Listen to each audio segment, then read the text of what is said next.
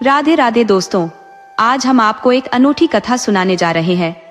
ये कथा उस गहन प्रश्न के इर्द गिर्द घूमती है कि क्यों वह व्यक्ति जो सत्संग, पूजा पाठ और धर्म कर्म में लीन रहता है अक्सर कष्ट झेलता है, जबकि जो व्यक्ति अनैतिक कार्यों में लिप्त रहता है, जुआ, शराब और बुरे कर्म करता है, वह सुख समृद्धि का जीवन जीता है। अगर यह कथा आपको रुचिकर लगे तो कृपया हमारे चैनल को लाइक, सब्सक्राइब और शेयर अवश्य करें। एक छोटे से गांव में दो पड़ोसी रहते थे। दोनों बचपन के मित्र थे, परंतु उनके स्वभाव और जीवन शैली में दिन रात का अंतर था। पहला व्यक्ति अत्यंत धार्मिक और सात्विक प्रवृत्ति का था। वह प्रतिदिन पूजा पाठ, भागवत कीर्तन करता और अपनी खेती बाड़ी में लगन से जुटा रहता। दूसरी ओर उसका पड़ोसी पूर्णतः भोगवादी था। शराब पीता, जुआ खेलता, बुरे कर्म करता और अपने परिवार के प्रति अमानवीय था। चौंकाने वाली बात यह थी कि पहले व्यक्ति के जीवन में लगातार विपत्तियां आती रही। उसकी खेती कभी प्राकृतिक आपदाओं का शिकार होती तो कभी मवेशी बीमार हो जाते। हर बार उसे किसी न किसी नई समस्या का सामना करना पड़ता। इसके विपरीत उसका भोगवादी पड़ोसी हमेशा धन धान्य से परिपूर्ण रहता और किसी भी परेशानी का सामना नहीं करता। भोगवादी पड़ोसी अपने धार्मिक मित्र से अक्सर कहता, यार, तुम यह पूजा पाठ क्यों करते हो? भगवान का इतना भजन करते हो, फिर भी तुम्हारा जीवन कष्टमय है। मुझे देखो, मैं भगवान को नहीं मानता, फिर भी सुखी हूं। मेरे पास किसी चीज की कमी नहीं है। यह सुनकर धार्मिक व्यक्ति मुस्कुराता और उसकी बातें अनसुनी कर देता। वह अपने पूजा पाठ और कर्म को नियमित रूप से करता रहता। उसके मन में भगवान और धर्म के प्रति गहरी आस्था थी, जो उसे विपत्तियों के बावजूद दृढ़ बनाए रखती। एक दिन की बात है, दोनों मित्र आपस में बैठे थे और हल्की फुल्की बातें कर रहे थे। बातचीत के दौरान जो पहला मित्र था, जो हमेशा पूजा पाठ और धर्म कर्म में लगा रहता था, उसने अपने दूसरे मित्र से कहा, दोस्त, तुम ये शराब पीना छोड़ दो। ये न केवल सेहत के लिए हानिकारक है, बल्कि तुम्हारे घर में क्लेश और बुरे कर्मों की जड़ भी है। तुम भगवान की भक्ति करो, इससे तुम्हारा जीवन सुधरेगा। दूसरा मित्र, जो शराब पीने और बुरे कर्मों में लिप्त था, जोर से हंसा और व्यंग्य करते हुए बोला, पूजा पाठ के लिए तो मैंने तुझे छोड़ा हुआ है, लेकिन मुझे एक बात बता, तू कौन सा सुखी है? दिन रात भगवान का नाम रटता है, फिर भी तेरा जीवन दुखों से भरा हुआ है। ऐसा कौन सा दिन है जब तूने कोई कष्ट ना झेला हो? दूसरे मित्र का यह तीखा तर्क पहले मित्र के दिल पर गहरा असर कर गया। उन्होंने आपस में एक शर्त लगा ली। शर्त यह थी कि अगले दिन जो भी सबसे अधिक सुखी रहेगा, वही सही साबित होगा और दूसरे को उसकी बात माननी पड़ेगी। यदि पूजा पाठ करने वाले मित्र का दिन अच्छा बीतेगा और बुरे कर्म करने वाले मित्र का दिन बुरा बीतेगा, तो दूसरा मित्र भगवान की भक्ति शुरू कर देगा। परंतु यदि उल्टा हुआ तो पहला मित्र पूजा पाठ छोड़ देगा। शर्त तय होने के बाद दोनों अपने अपने घर चले गए। अगली सुबह पहला मित्र हमेशा की तरह जल्दी उठकर नहा धोकर अपने काम में लग गया। काम पूरा करने के बाद वह सीधे मंदिर चला गया और बड़े मनोयोग से भगवान की पूजा अर्चना करने लगा। उसके लिए दिन की शुरुआत भगवान के ध्यान और प्रार्थना के बिना अधूरी थी। उधर दूसरा मित्र अपने रोजमर्रा के धर्रे पर चल पड़ा। वह शराब के ठेके पर गया और जमकर शराब पी। इसके बाद उसने जुआ खेला और इस बार जुए में उसे बड़ी जीत हासिल हुई। जुए में जीत से खुश होकर उसने वेश्यावृत्ति की और शाम के समय जब वह घर लौट रहा था तो रास्ते में उसे एक सोने का सिक्का पड़ा मिला। ये देखकर वह फूला नहीं समाया और हंसी खुशी अपने घर लौट आया। दूसरी ओर पहला मित्र, जो पूजा पाठ में लीन था, जब मंदिर से घर लौट रहा था, तब रास्ते में उसके पैर में लोहे की कील चुभ गई। कील चुभने से उसे गहरी चोट लगी और पैर में दर्द होने लगा। सुबह उसकी गाय ने दूध भी नहीं दिया था, जिससे वह पहले से ही परेशान था। ऊपर से उसकी खेतों में खड़ी फसल, जो तैयार हो चुकी थी, ओलावृष्टि और खराब मौसम के कारण बर्बाद हो गई। इन सारी विपत्तियों से बेचारा मित्र बहुत दुखी हो गया।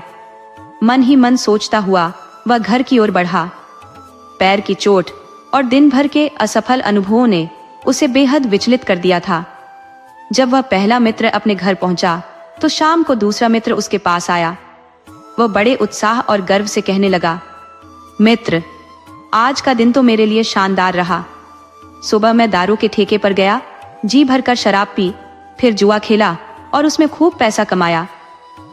इसके बाद जब मैं घर लौट रहा था तो रास्ते में एक सोने का सिक्का पड़ा मिला। मेरे घर में हर सुख सुविधा है और हर कोई खुश है। मेरा दिन सचमुच सुनहरा बन गया। बेचारा पहला मित्र जो भगवान का भक्त था क्या कहता। दुखी मन से उसने उत्तर दिया, मित्र, मेरे तो दिन भर के हालात ही खराब रहे। मेरी फसल जो पक चुकी थी ओलावृष्टि के कारण नष्ट हो गई। गाय ने सुबह दूध नहीं दिया और जो थोड़ा सा दूध निकला था वह भी उसने लात मारकर गिरा दिया। बच्चे भूखे प्यासे हैं। ऊपर से जब मैं मंदिर से पूजा कर लौट रहा था तो रास्ते में एक कील पैर में चुभ गई, जिससे गहरी चोट लगी। अब दोनों को वह शर्त याद आई जो उन्होंने सुबह तय की थी। दूसरा मित्र जो भगवान को नहीं मानता था विजयी मुस्कान के साथ बोला, मित्र, शर्त के अनुसार मेरा दिन अच्छा बीता है। अब तुम्हें मेरी बात माननी होगी और यह पूजा पाठ छोड़ देना चाहिए। पहला मित्र जो भगवान में अटूट आस्था रखता था कुछ क्षण सोचने के बाद बोला, इतनी जल्दी निर्णय लेना उचित नहीं होगा। इसका सही निर्णय हम कल करेंगे। रात हो गई। पहला मित्र अपने बिस्तर पर लेटा, परंतु उसके मन में अनेक सवाल उमड़ गुमड़ रहे थे। वह सोच रहा था, आखिर मेरे साथ इतना बुरा क्यों होता है? यदि मेरी पूजा और भक्ति सच्ची है तो मुझे इसका फल क्यों नहीं मिलता? और मेरा मित्र जो दुराचारी और अनैतिक है उसके साथ इतना अच्छा क्यों होता है? क्या सच में बुरे कर्म करने वाले लोग ही सुखी रहते हैं? इन्हीं विचारों में डूबते डूबते उसे नींद आ गई। सपने में उसने देखा कि एक तपस्वी जो घने जंगल में तपस्या कर रहे हैं और भविष्य जानने में सक्षम है, उसकी समस्याओं का समाधान कर सकते हैं। सुबह होते ही उसने यह बात अपने मित्र को बताई और कहा, आज इस शर्त का निर्णय हो जाएगा। चलो हम वन में चलते हैं और उस ज्ञानी तपस्वी से अपनी समस्या का समाधान पूछते हैं। दोनों मित्र घर से निकल पड़े और चलते चलते गहरे जंगल में पहुंच गए। जंगल के अंदर उन्हें एक तालाब के पास एक कुटिया दिखाई दी। कुटिया के बाहर एक घना बरगद और पीपल का पेड़ था। उसके नीचे एक चबूतरा बना हुआ था जिस पर एक महात्मा ध्यानमग्न होकर तपस्या कर रहे थे। दोनों मित्र वहां पहुंचे। पहला मित्र जो धार्मिक प्रवृत्ति का था तपस्वी के पास जाकर हाथ जोड़कर उन्हें प्रणाम करने लगा। वही दूसरा मित्र जो भोगवादी और नास्तिक था कुछ दूरी पर खड़ा रहा और चुपचाप सब देखता रहा। महात्मा जी ने अपनी आंखें खोली, दोनों मित्रों को देखा और हल्की मुस्कान के साथ बोले, पुत्र, क्या शंका लेकर आए हो? निसंकोच पूछो। पहला मित्र जो भगवत भक्त था आदरपूर्वक हाथ जोड़कर बोला, हे मुनिवर, हमने आपके ज्ञान और तपस्या की ख्याति सुनी है। हमारे मन में एक गहरी शंका है जिसका समाधान आपके सिवाय और कोई नहीं कर सकता। कृपया हमारा मार्गदर्शन कीजिए। महात्मा जी ने उन्हें बैठने के लिए कहा और अपनी झोपड़ी के भीतर गए। कुछ क्षण बाद वे कंदमूल लेकर आए और दोनों को भोजन के लिए दिया। फिर ध्यान मग्न मुद्रा में बैठकर बोले, पुत्र, अब अपनी शंका बताओ। पहला मित्र उत्सुकता से बोलने लगा, मुनिवर, मेरी जिज्ञासा यह है कि जो लोग ईश्वर की पूजा करते हैं, अच्छे कर्म करते हैं, उनके जीवन में दुख और कष्ट क्यों आते हैं? दूसरी ओर जो लोग बुरे कर्म करते हैं, जैसे मेरा यह मित्र जो दारू पीता है, जुआ खेलता है, वेश्यावृत्ति में लिप्त रहता है, उनके साथ सदा अच्छा क्यों होता है? यह न्याय कहाँ है? महात्मा जी ने उसकी बात को गंभीरता से सुना और फिर बोले, पुत्र, तुम्हारी यह शंका स्वाभाविक है, परंतु सत्य यह है कि जो व्यक्ति सच्चे मन से भगवान की भक्ति करता है वह कभी दुखी नहीं होता। भक्ति करने वालों के जीवन में भगवान की कृपा सदा बनी रहती है। पहला मित्र तुरंत बोल पड़ा, मुनिवर, मैं आपके इस कथन से सहमत नहीं हो सकता। मेरा मित्र जो प्रतिदिन बुरे कर्म करता है, दारू पीता है और अपने परिवार को सताता है, उसके पास धन, वैभव और सुख सुविधाओं की कोई कमी नहीं है। वहीं मैं जो ईमानदारी से पूजा करता हूँ, अपने परिवार का सम्मान करता हूँ और किसी भी बुरे कार्य में लिप्त नहीं हूँ, मुझे हर कदम पर कष्ट सहना पड़ता है। आज भी हमने एक शर्त रखी थी कि जिसका दिन बेहतर बीतेगा उसकी बात मानी जाएगी। मैंने पूरे मन से पूजा की, फिर भी मुझे रास्ते में कील चुभ गई जिससे घाव हो गया। उधर मेरा मित्र दारू पीकर जुआ खेलता रहा और पैसे जीते। चलते समय उसे सोने का सिक्का भी मिला। ये सब क्यों होता है मुनिवर? महात्मा जी मुस्कुराए, गहरी सांस ली और बोले, पुत्र, यह सब पूर्व जन्म के कर्मों का फल है। जो तुम्हारा यह मित्र आज बुरे कार्यों में लिप्त है, वह अपने पिछले जन्म में एक महान तपस्वी था। उसने ईश्वर की भक्ति और तपस्या में जीवन व्यतीत किया था। उसने इतने पुण्य अर्जित किए कि उसका यह जन्म सुख संपदा से भरा हुआ है। परंतु पिछले जन्म के अंत में वह बुरे लोगों की संगत में पड़ गया और अपने अर्जित पुण्यों को नष्ट कर दिया। महात्मा जी की यह बात सुनकर दोनों मित्र चकित रह गए। पहला मित्र शांत था, लेकिन उसके मन में अभी भी कई सवाल उमड़ रहे थे। महात्मा जी ने अपनी बात जारी रखते हुए कहा, पुत्र, जिस दिन इस व्यक्ति ने बुरे कर्म किए थे, उसका फल यही है। इसने पिछले जन्म में अच्छे कर्म किए थे, इसीलिए इसको इस जन्म में कुछ सुख मिला। लेकिन जब यह अपने बुरे कर्मों में लिप्त हुआ, जैसे शराब पीना और जुआ खेलना, तब यही उसकी नियति बन गई। इसको जो एक सोने की मोहर मिली, वह भी इस कारण से थी कि यह पिछले जन्म में किए गए पुण्य के कारण सुख पा रहा है। लेकिन उसके बुरे कर्मों ने उसे राजसी सुख से वंचित कर दिया। इसे राजा बनने का अधिकार था, लेकिन इसने अपनी बुराई के कारण उस उच्च स्थान को खो दिया। और तुम, महात्मा जी ने पहले मित्र की ओर इशारा करते हुए कहा, तुमने पिछले जन्म में बुरे कर्म किए थे, तुमने पुण्य के कोई कार्य नहीं किए। तुम्हारे कर्म इतने दुराचारी थे कि तुम्हारा जन्म एक साधारण मनुष्य के रूप में हुआ। लेकिन तुम्हारे जीवन में एक परिवर्तन तब आया जब तुम एक अच्छे व्यक्ति की संगति में आए। तुमने भागवत की पूजा करना सीखा और यही कारण है कि तुम्हारी कष्टों में थोड़ी सी कमी आई। महात्मा जी ने मुस्कुराते हुए कहा, तुम्हारी पूजा, भागवत भक्ति से तुम्हारे कष्ट कम हो गए हैं और भगवान की कृपा से तुम्हारे जीवन में कोई अत्यधिक कष्ट नहीं आएगा। जिस दिन तुम्हारे पैर में कील चुभी थी, वह दिन तुम्हारी मृत्यु का दिन था, लेकिन भगवान की कृपा से वह कष्ट मामूली हो गया और तुम्हारी जान बच गई। तुम्हारा जख्म मामूली था, जबकि तुम्हारी मृत्यु एक बड़े हादसे से हो सकती थी। यह सुनकर दोनों मित्र भावुक हो गए और महात्मा जी के चरणों में सिर झुका दिए। उन्होंने भगवान की कृपा को महसूस किया और आभार व्यक्त किया। अब जो दूसरा मित्र था, वह भी समझ गया था कि जीवन के सुख दुख केवल कर्मों और भगवान की कृपा पर निर्भर होते हैं। उसे अब अपने बुरे कर्मों का एहसास हुआ और उसने जीवन में बदलाव लाने का संकल्प लिया। भगवान की कृपा से वह जख्म पूरी तरह से ठीक हो गया। जैसे ही पहले मित्र ने भक्ति में ध्यान लगाया, उसका जख्म अद्भुत तरीके से ठीक हो गया। दोनों मित्र अपनी आंखों पर विश्वास नहीं कर पाए। अब उन्हें यह समझ आ गया कि महात्मा जी ने जो कहा था वह सत्य था। महात्मा की बातें अब उनके दिल में घर कर गईं। अब जो दुराचारी मित्र था, वह भी समझ चुका था कि जीवन में अच्छाई और भक्ति कितनी महत्वपूर्ण है। उसने महात्मा के चरणों में सिर झुकाकर कहा, प्रभु, आज से मैं अपने सारे बुरे कर्म छोड़ दूंगा। पिछले जन्म में मैंने अच्छे कर्म किए थे और आज मैं इतने बुरे कर्म कर रहा हूँ, फिर भी मुझे सुख मिल रहा है। तो मुझे समझ में आ गया है कि अगर मैं अच्छे कर्म करूंगा तो अगले जन्म में भी सुखी रहूंगा। अगर मैं बुरे कर्म करता रहूंगा तो मुझे अगले जन्म में कष्ट झेलने होंगे। ये समझने के बाद दोनों मित्र महात्मा जी को प्रणाम करके घर वापस लौटे। उन्होंने तय किया कि अब से वे अपने जीवन में कभी भी कोई बुरा कर्म नहीं करेंगे। उन्होंने भगवान की भक्ति को अपने जीवन का हिस्सा बना लिया। अब वे अपना काम करते हुए समय मिलने पर भगवान के मंदिर में जाते और भजन कीर्तन करते। भगवान की भक्ति और भागवत कृपा ने दोनों के जीवन में शांति और मोक्ष का मार्ग खोल दिया। दोस्तों, अगर आपको हमारी कहानी पसंद आई हो तो कृपया हमारे चैनल को लाइक करें, सब्सक्राइब करें और शेयर करें। राधे राधे।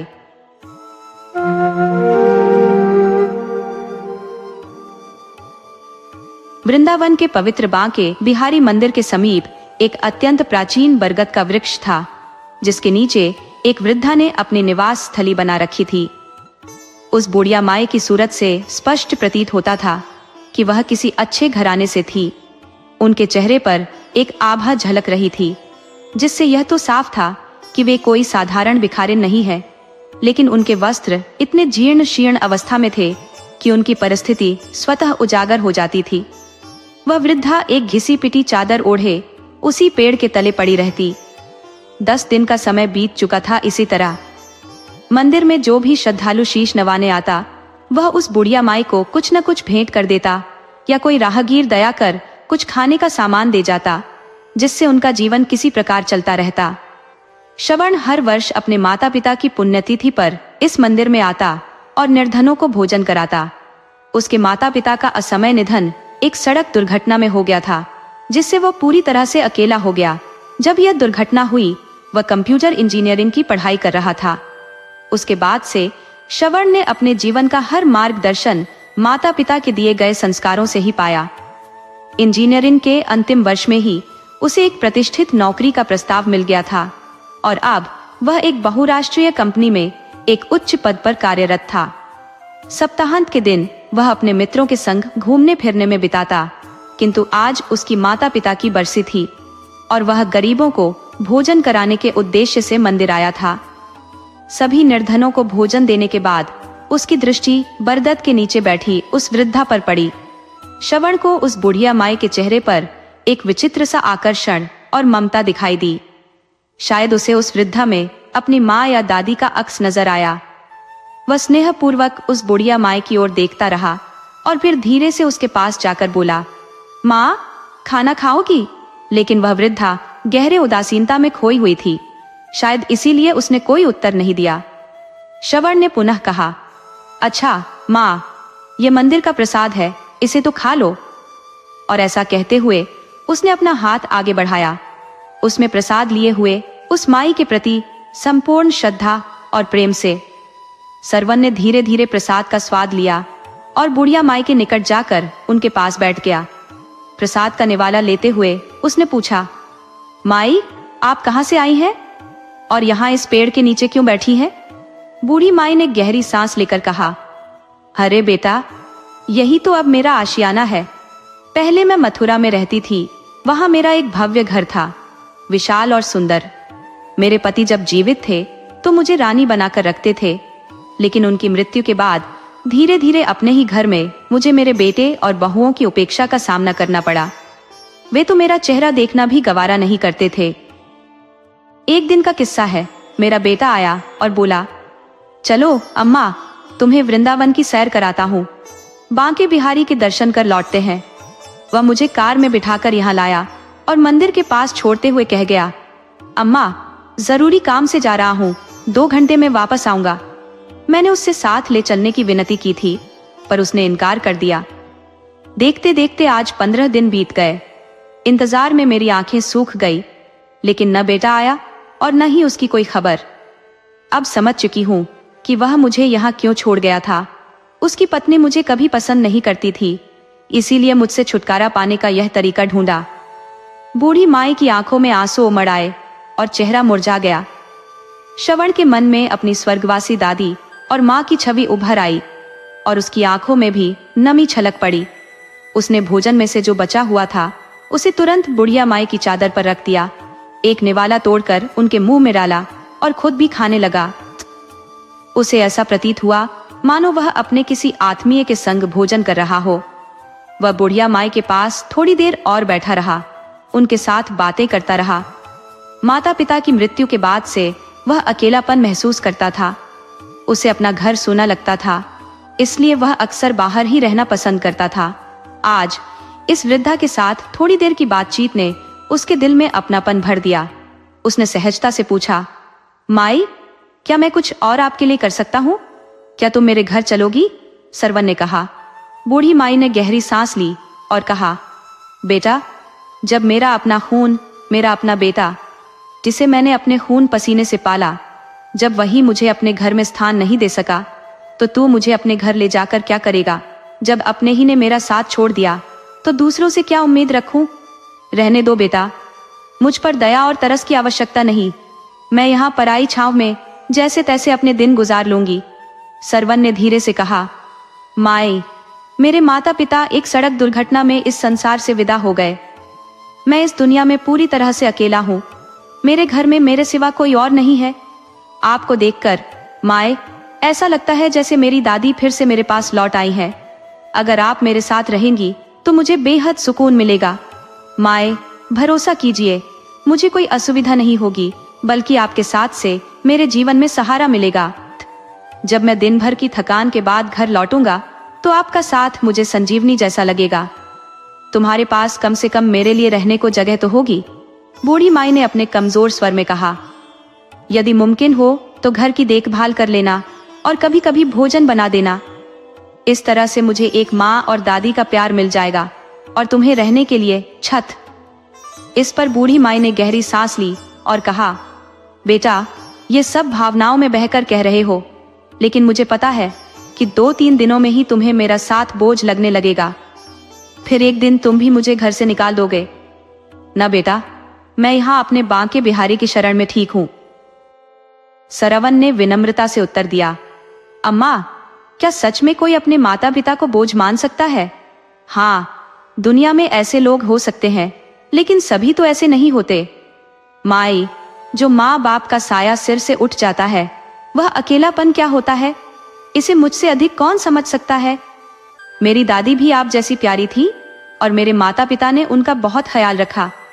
मैं उनसे बहुत स्नेह करता था, पर अब मेरे घर में कोई नहीं है। आपकी छवि में मुझे अपनी दादी का अक्स दिखता है। आपसे वादा करता हूँ माई, मैं आपको कभी बोझ नहीं समझूंगा। सरवन के इन शब्दों पर बूढ़ी माई की आंखें भर आईं और उनके होंठ कुछ बोलने में असमर्थ हो गए। सरवन ने स्नेह से माई का हाथ थाम लिया और बोला, अम्मा, अब कुछ सोचने की आवश्यकता नहीं है। रात होने को है, चलो मेरे साथ अपने नए घर में। जैसे ही उसने बूढ़ी माई का हाथ पकड़ा, माई ने सरवन के चेहरे की ओर देखा।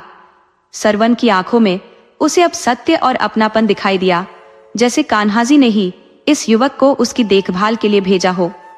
सरवन ने माई को अपनी बाइक पर बिठाया और उसे अपने घर ले गया। इस घटना के 5 महीने बीत चुके थे। सरवन अब रोज अपने घर लौटता और बूढ़ी माई उसके लिए भोजन बनाकर इंतजार करती। जब वह थकान से निढाल होकर सो जाता तो माई स्नेह से उसके माथे पर हाथ फेरती। हर सुबह सरवन के जागने से पहले ही माई कन्हैया जी की पूजा करती और उसके लिए नाश्ता तैयार रखती। अब माई को अपना घर मिल गया था और सरवन को अपने माँ और दादी का सच्चा निश्चल स्नेह। वे दोनों एक दूसरे के साथ को पाकर आनंदित थे। एक रात सरवन देर से सोया और सुबह उसकी नींद पूरी नहीं हुई थी। अचानक उसने अपने माथे पर ठंडे हाथों का स्पर्श महसूस किया। उसे लगा जैसे उसकी माँ उसे बड़े प्यार से जगा रही हो।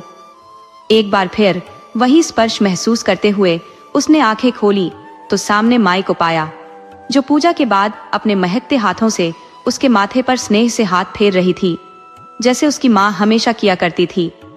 सरवन ने बुढ़िया माई का हाथ अपने हाथों में लिया, उस पर श्रद्धा से चूमा और पुनः अपने माथे पर रखकर बोला, अम्मा, आपका आशीर्वाद मुझे जीवन भर चाहिए। माई ने आंखें बंद कर कान्हा को मन ही मन धन्यवाद दिया, मानो उन्हें सरवन जैसा बेटा उपहार स्वरूप मिला हो। फिर माई बोली, बेटा, तुम्हें ऑफिस जाने का समय हो गया है।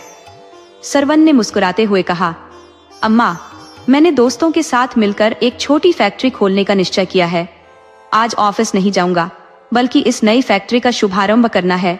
पूजा का आयोजन दोपहर 12 बजे है और आपकी ही उपस्थिति से यह आरंभ होगा।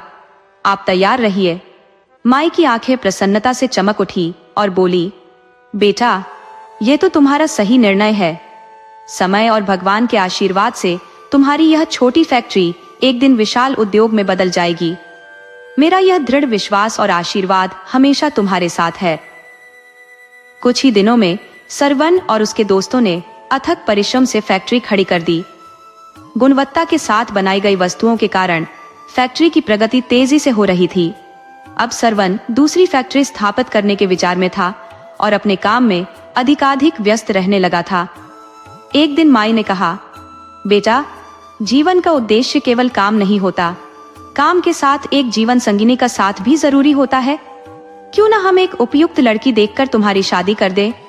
माई की इस बात पर सरवन ने हल्की सी मुस्कान के साथ कहा, अम्मा, सच कहूं तो मैंने इसके बारे में कभी गंभीरता से सोचा ही नहीं, लेकिन मेरी नजर में एक लड़की है, रीता नाम है उसका। वह मुझे बहुत पसंद है, पर उससे इस बारे में कभी बात नहीं की। रीता, जो सरवन की माँ की सहेली की बेटी थी, अपनी पढ़ाई पूरी करके इसी शहर में काम कर रही थी।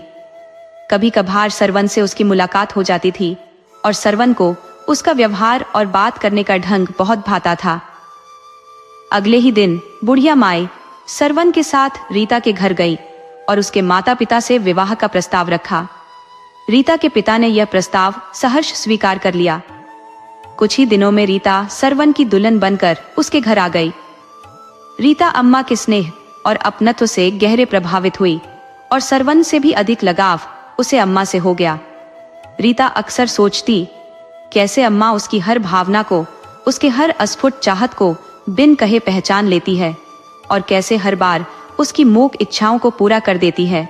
समय सरकता गया और एक दिन श्रवण और रीता के घर जुड़वा संतानों का आगमन हुआ, एक बेटा और एक बेटी। सरवन्न का घर खुशियों से सराबोर हो उठा और अम्मा भी अब पूर्ण अर्थों में दादी बन चुकी थी। उनकी प्रमुख जिम्मेदारी अब सरवन और रीता नहीं, बल्कि उनके नन्हे पोते और पोती बन गए थे।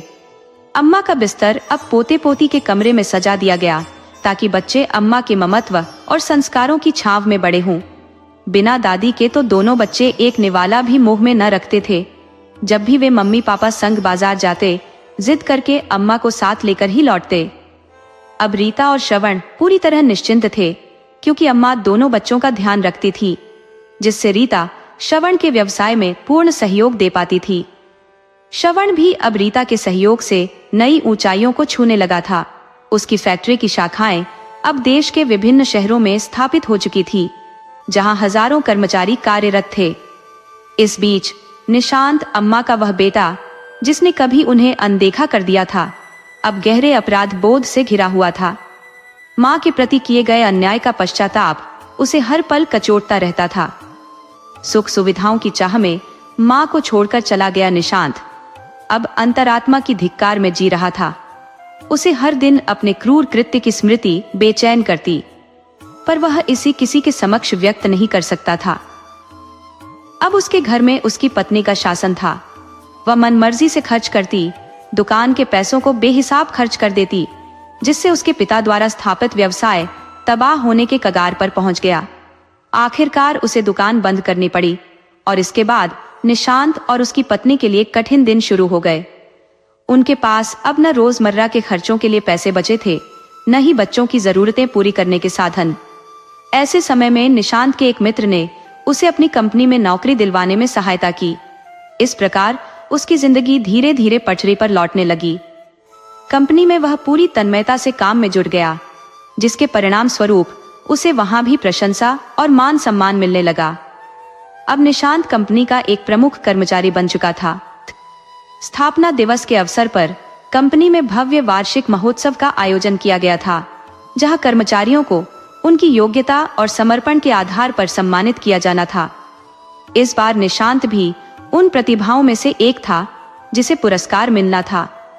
समारोह के दौरान यह पहली बार था जब कंपनी के मालिक सभी कर्मचारियों से व्यक्तिगत रूप से मिल रहे थे। समारोह के आरंभ में मैनेजिंग डायरेक्टर अपनी पत्नी, माता और बच्चों के साथ पधारे। जैसे ही पुरस्कार वितरण का समय आया तो कंपनी के डायरेक्टर ने मंच पर आते हुए कहा, आज का दिन हमारी कंपनी के लिए विशेष है, लेकिन यह कंपनी और मेरी यह स्थिति केवल अम्मा जी के आशीर्वाद के कारण ही संभव हुई है। अगर उनकी प्रेरणा नहीं होती तो न यह कंपनी होती और न मैं इस स्थान पर होता। इसलिए पुरस्कार वितरण का कार्य अम्मा जी के हाथों से संपन्न हो, यही मेरी कामना है। अम्मा जी, कृपया मंच पर आइए और अपने आशीर्वाद से योग्य कर्मचारियों को सम्मानित कीजिए। अम्मा जैसे ही मंच पर आईं, उनकी आंखें अश्रुधारा में डूब गईं।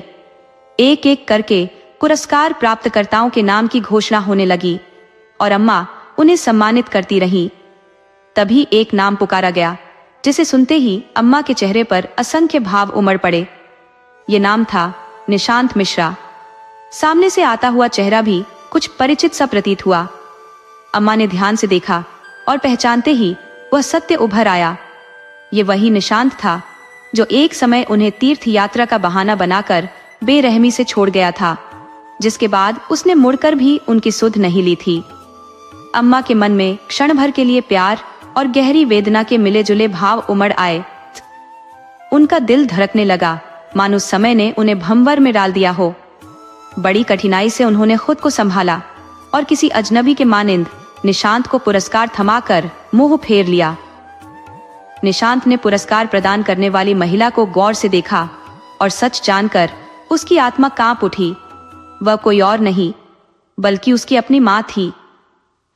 यह जानकर निशांत के माथे पर पसीना छलकने लगा और उसे एहसास हुआ कि उसने क्या खोया है। हृदय की गहराइयों में पश्चाताप से भरकर वह अपनी मां के चरणों में गिर पड़ा।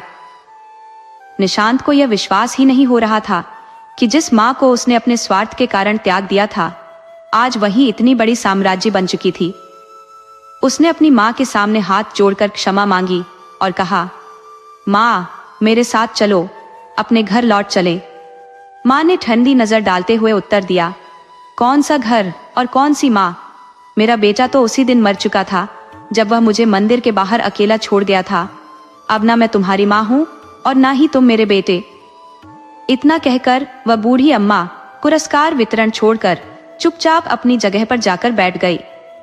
निशांत क्षमा मांगता रहा, पर मां ने उसकी ओर एक नजर तक नहीं डाली और श्रवण के साथ घर लौट गई।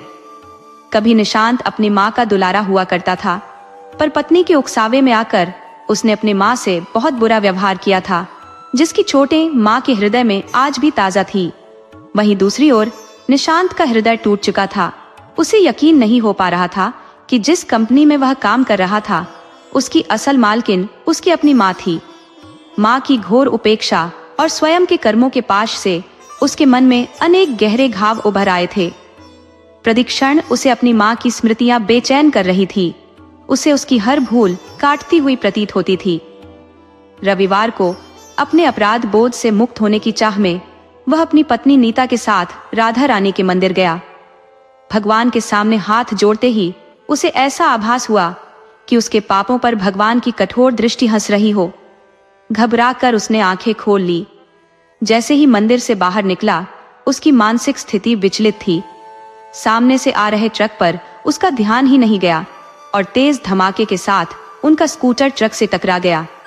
दोनों गंभीर रूप से घायल हो गए।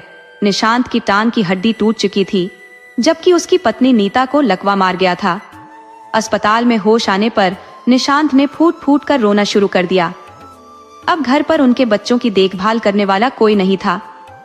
नीता के मायके से उसके भाई भाभी हालचाल पूछने आए, पर जल्द ही लौट गए। निशांत के एक मित्र ने यह समाचार कंपनी के मालिक श्रवण को दिया। जब श्रवण निशांत से फोन पर बात कर रहा था, तभी पास बैठी अम्मा ने जैसे ही निशांत मिश्रा का नाम सुना, वह चौंक गई। अम्मा ने श्रवण से प्रश्न किया, बेटा क्या हुआ था? तुम किसके विषय में चर्चा कर रहे थे?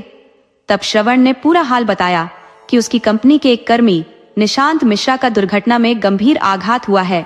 यह सुनते ही अम्मा की आंखों में अश्रु छलक उठे। जब श्रवण ने उनके आंसू का कारण पूछा, तब अम्मा ने सच्चाई उजागर कर दी। श्रवण ने शांतिपूर्वक उत्तर दिया, अम्मा, कर्मों का हिसाब तो हर किसी को चुकाना ही पड़ता है। जैसा बोया वैसा ही फल भी मिला है। मगर अम्मा के हृदय में अपने बेटे के लिए एक मूक वेदना बरकरार थी। उनका हृदय भीतर भीतर तड़प रहा था कि उसका बेटा और बहू असहाय अवस्था में बिस्तर पर पड़े हैं। तब अम्मा ने कहा, मैं कुछ समय अपने बेटे बहू के पास बिताना चाहती हूँ। कुछ दिन में लौट आऊंगी। श्रवण ने सहर्ष स्वीकृति दी और अम्मा को पर्याप्त धन देकर उनके बेटे बहू के पास पहुंचा आया। अम्मा ने अपने बेटे और बहू को एक उत्तम अस्पताल में भर्ती कराया, जहां उनकी संपूर्ण देखभाल होने लगी। अम्मा ने बच्चों को भी संभाला और उनके बंद पड़े व्यापार को पुनः खड़ा किया। श्रवण द्वारा दिए गए धन से अम्मा ने अपने बेटे की गृहस्थी को सुधारने में पूरा योगदान दिया। हर कदम पर श्रवण ने अम्मा की हर संभव सहायता की। एक ओर जहां निशांत की स्वास्थ्य स्थिति में सुधार होने लगा, वहीं दूसरी ओर उसका व्यापार भी पूर्व की भांति फलने फूलने लगा। जब कुछ समय पश्चात बेटे बहू की अस्पताल से छुट्टी हुई और वे अपने घर लौटे, तो वे अम्मा के समक्ष अत्यंत शर्मिंदा हुए। वे अपनी गलती पर पछताते हुए अम्मा के पैरों में गिर पड़े और उनसे माफी मांगने लगे। अम्मा ने भी उदारता पूर्वक उन दोनों को क्षमा कर दिया और अपने पोते पोतियों को प्रेम से दुलार किया। कुछ दिन और वहां ठहरने के बाद अम्मा ने कहा, अब तुम दोनों स्वस्थ हो चुके हो और अपनी गृहस्थी संभाल सकते हो। तुम्हारा व्यापार भी अच्छी गति से चलने लगा है। अब मुझे वापस लौटना चाहिए। मेरा बेटा और मेरा परिवार मेरा इंतजार कर रहे हैं। अम्मा ने अपना बैग तैयार कर लिया।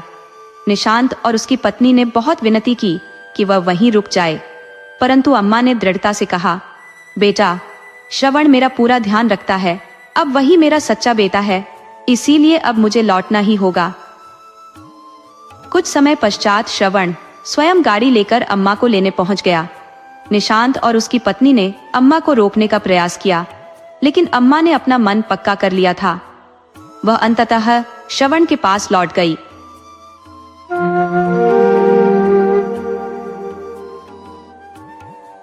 उत्तर पूर्व के पर्वतों के बीच बसे एक छोटे से राज्य कामरूप में राजा अगरदत्त का शासन था और उनकी संगिनी थी महारानी वीरा देवी। इनका एक पुत्र था वीरदत्त, जो एक अनुपम व्यक्तित्व का धनी और युवावस्था में बलिष्ठ एवं दृढ़ निश्चयी था। उसकी कद काठी तगड़ी थी और घुड़सवारी, तीरंदाजी, तलवारबाजी जैसी युद्ध कलाओं में वह अत्यंत प्रवीण था। जब राजकुमार वीरदत्त 18 वर्ष के हुए, उनके माता पिता ने विवाह के लिए विभिन्न राज्यों को निमंत्रण भेजे। लगभग सभी राजाओं ने अपनी कन्याओं के विवाह के लिए उत्सुकता जताई, सिवाय पश्चिमी प्रांत के जूनागढ़ राज्य के। जूनागढ़ के राजा चंद्रभानु ने अपनी पुत्री के विवाह के लिए एक प्रतियोगिता का आयोजन किया। यह एक अनूठी प्रतियोगिता थी, जिसमें राजा हो या आम नागरिक कोई भी भाग ले सकता था। सभी प्रतिभागियों को एक एक कर मल्लयुद्ध में प्रतिस्पर्धियों को हराना था। प्रतियोगिता की शर्त यह थी कि यदि कोई प्रतिभागी एक भी प्रतिद्वंद्वी से हार जाता है तो उसे बाहर कर दिया जाएगा। यदि सभी प्रतिभागी हारते हैं तो प्रतियोगिता फिर से नए प्रतियोगियों के बीच आयोजित होगी, जब तक कि कोई विजयी नहीं होता। यह प्रतियोगिता समय सीमा से मुक्त थी और क्योंकि यह राजकुमारी का विवाह था, इसे देखने के लिए दूर दूर से युवा जूनागढ़ में आए थे। जब राजकुमार वीरदत्त को यह ज्ञात हुआ कि केवल जूनागढ़ राज्य अपनी पुत्री का विवाह उनसे नहीं करना चाहता, तो उन्होंने अपने मंत्री केशवराव से इस बारे में अधिक जानकारी प्राप्त की। मंत्री केशवराव ने प्रतियोगिता की सभी शर्तों से अवगत कराया, जिसे सुनकर वीरदत्त ने अपनी माता महारानी वीरा देवी से इस विषय पर चर्चा करने का निश्चय किया। दोपहर के समय जब महारानी अपने शयन कक्ष में विश्राम कर रही थी, एक दासी ने आकर राजकुमार के आगमन की सूचना दी। महारानी ने आदेश दिया, उन्हें भीतर आने दे। राजकुमार ने कक्ष में प्रवेश किया और द्वार के समीप से धीरे धीरे सिंहासन की ओर बढ़े। वीरा देवी ने उन्हें देख मुस्कुराते हुए कहा, बैठो पुत्र, इस समय तुम्हें दरबार में होना चाहिए था। क्या कोई विशेष कारण है जो तुम यहाँ आए हो? राजकुमार ने विनम्रता से उत्तर दिया, माताजी, हमने सुना कि आपने और पिताश्री ने मेरे विवाह हेतु विभिन्न राज्यों में जो निमंत्रण भेजे थे, उनके सभी उत्तर सकारात्मक आए हैं, केवल एक राज्य को छोड़कर। वीरा देवी ने गहरी सांस लेते हुए कहा, तुमने ठीक सुना है पुत्र, वहां के राजा ने अपनी पुत्री के विवाह के लिए एक प्रतियोगिता का आयोजन किया है। बात बीच में ही काटते हुए राजकुमार ने कहा, माताश्री, हम इस प्रतियोगिता में अवश्य भाग लेना चाहते हैं। महारानी कुछ पल खामोश रही, फिर गंभीरता से बोली, परंतु पुत्र, तुम्हारे पिताजी और मैंने तुम्हारे विवाह हेतु पड़ोसी राज्य सोनितपुर के महाराज शंभू देव की पुत्री को चुना है। राजकुमार ने दृढ़ता से कहा, माँ, हमारा मन इस प्रतियोगिता में भाग लेने का संकल्प कर चुका है। वीरा देवी ने चिंता से कहा, यह प्रतियोगिता अत्यंत कठिन है पुत्र। राजकुमार ने आत्मविश्वास से कहा, आपके और पिताश्री के आशीर्वाद से हम अवश्य सफल होंगे। महारानी ने अंततः सहमति में सिर हिलाया और कहा, यदि ऐसा है तो तैयारी करो, हम अभी महाराज से बात करते हैं। राजकुमार ने सिर झुकाते हुए कहा, जो आज्ञा माताश्री, और कक्ष से बाहर चले गए। वीरा देवी ने एक झरोखे में लगे रस्से को खींचा, जिससे प्रवेश द्वार के ऊपर लटकी घंटियां बज उठी और एक दासी भीतर आई। वीरा देवी ने उसे आदेश दिया, महाराज को सूचित करो कि हमने उन्हें बुलाया है। दासी शीघ्रता से चली गई। इसके बाद 3 दिन पश्चात राजकुमार अपने माता पिता की आज्ञा लेकर जूनागढ़ की ओर प्रस्थान कर गए आंखों में विजय के स्वप्न लिए। वहीं जूनागढ़ में राजकुमारी प्रियंवदा के विवाह हेतु आयोजित प्रतियोगिता की तैयारियां पूरे जोर शोर से चल रही थी। अब प्रतियोगिता में मात्र 1 महीने से भी कम का समय शेष था। महल में रंगाई पुताई और सफाई का कार्य, अतिथियों और प्रतियोगियों के ठहरने की व्यवस्था, सब कुछ तेजी से हो रहा था। महल के पिछले भाग में एक विशाल अखाड़ा तैयार किया जा रहा था और दर्शकों के बैठने के लिए एक बड़ा मंच भी निर्मित हो रहा था। इन सब की निगरानी जूनागढ़ के महाराज, महारानी और मंत्रिमंडल कर रहे थे। इधर राजकुमारी प्रियंवदा अपने कक्ष में बैठी विचारमग्न थी, मानो किसी गहरे चिंतन में खोई हो। तभी उनकी कुछ सखियां कक्ष में प्रविष्ट हुई और परिहास करने लगी। उनमें से एक प्रिय सहेली हीरावती अन्य सखियों को हंसते हुए टोकते हुए बोली, अरे मेरी लाडो को तंग मत करो, जाओ और संध्या पूजा के लिए थाल सजाओ। सभी सखियां हंसते हुए वहां से चली गई। कक्ष में अब केवल राजकुमारी प्रियंवदा और उनकी सजीव सहेली हीरावती शेष थी। प्रियंवदा ने आईने के सम्मुख जाकर बैठते हुए एक लंबी सांस भरी। चेहरे पर निहित उदासी स्पष्ट थी। उसे यूं मायूस देख हीरावती उसके पास आई, बालों को संवारते हुए धीमे स्वर में बोली, मेरी प्रिय सखी, तुम चिंता मत करो, तुम्हारा मिलन सेनापति विक्रम के साथ ही होगा। इस प्रतियोगिता में वे निश्चय ही विजयश्री प्राप्त करेंगे। वैसे भी पूजा के बाद तुम दोनों को मंदिर के पीछे वाली पहाड़ी पर कुछ क्षण मिलन के मिलेंगे। मन की जो भी बात है कह देना। अब चलो, समय हो गया है। इतना कहकर दोनों धीरे धीरे कक्ष से बाहर निकल पड़ी। रात्रि का प्रथम प्रहर आरंभ हो चुका था। पूजा संपन्न करने के उपरांत प्रियंवदा और इरावती मंदिर के पीछे उस पहाड़ी पर खड़ी थी, आंखें किसी परिचित आगमन की प्रतीक्षा में। अचानक घोड़ों की पदचाप सुनाई पड़ी और एक गठीला कांतिमय युवक घोड़े से उतरता हुआ सीधा उनकी ओर आने लगा। सैनिक परिधान में लिपटा वह सेनापति विक्रम, जिसका प्रियंवदा की आंखें बेसब्री से इंतजार कर रही थी। प्रियंवदा के चेहरे पर एक सुखद स्मित खिल उठी और वह उसकी ओर कदम बढ़ाने लगी। सेनापति के पास पहुंचते ही उसने अपने मन की भावनाओं को व्यक्त कर दिया। सेनापति विक्रम ने उसे शांत करते हुए कहा, राजकुमारी, आपकी चिंता व्यर्थ है। इस प्रतियोगिता में मैं हर हाल में विजय प्राप्त करूंगा और हमारा भविष्य एक दूजे का होकर ही रहेगा। प्रियंवदा ने असमंजस भरे स्वर में कहा, मुझे आपके साहस पर संदेह नहीं, किंतु पिताजी ने प्रतियोगिता को अत्यंत कठोर बना दिया है। यदि संयोगवश परिणाम प्रतिकूल हुआ तो क्या हमारे प्रेम का यही अंतिम अध्याय होगा? विक्रम ने उसकी आशंकाओं को मिटाते हुए कहा, ऐसा न सोचें राजकुमारी, हमारा प्रेम अडिग है और हमारा विवाह होकर रहेगा। प्रियंवदा ने हल्की सी मुस्कान के साथ उत्तर दिया, अब महल में मेहमानों का आना जाना प्रारंभ हो चुका है। हमें प्रतियोगिता के उपरांत ही मिल सकने का अवसर मिलेगा।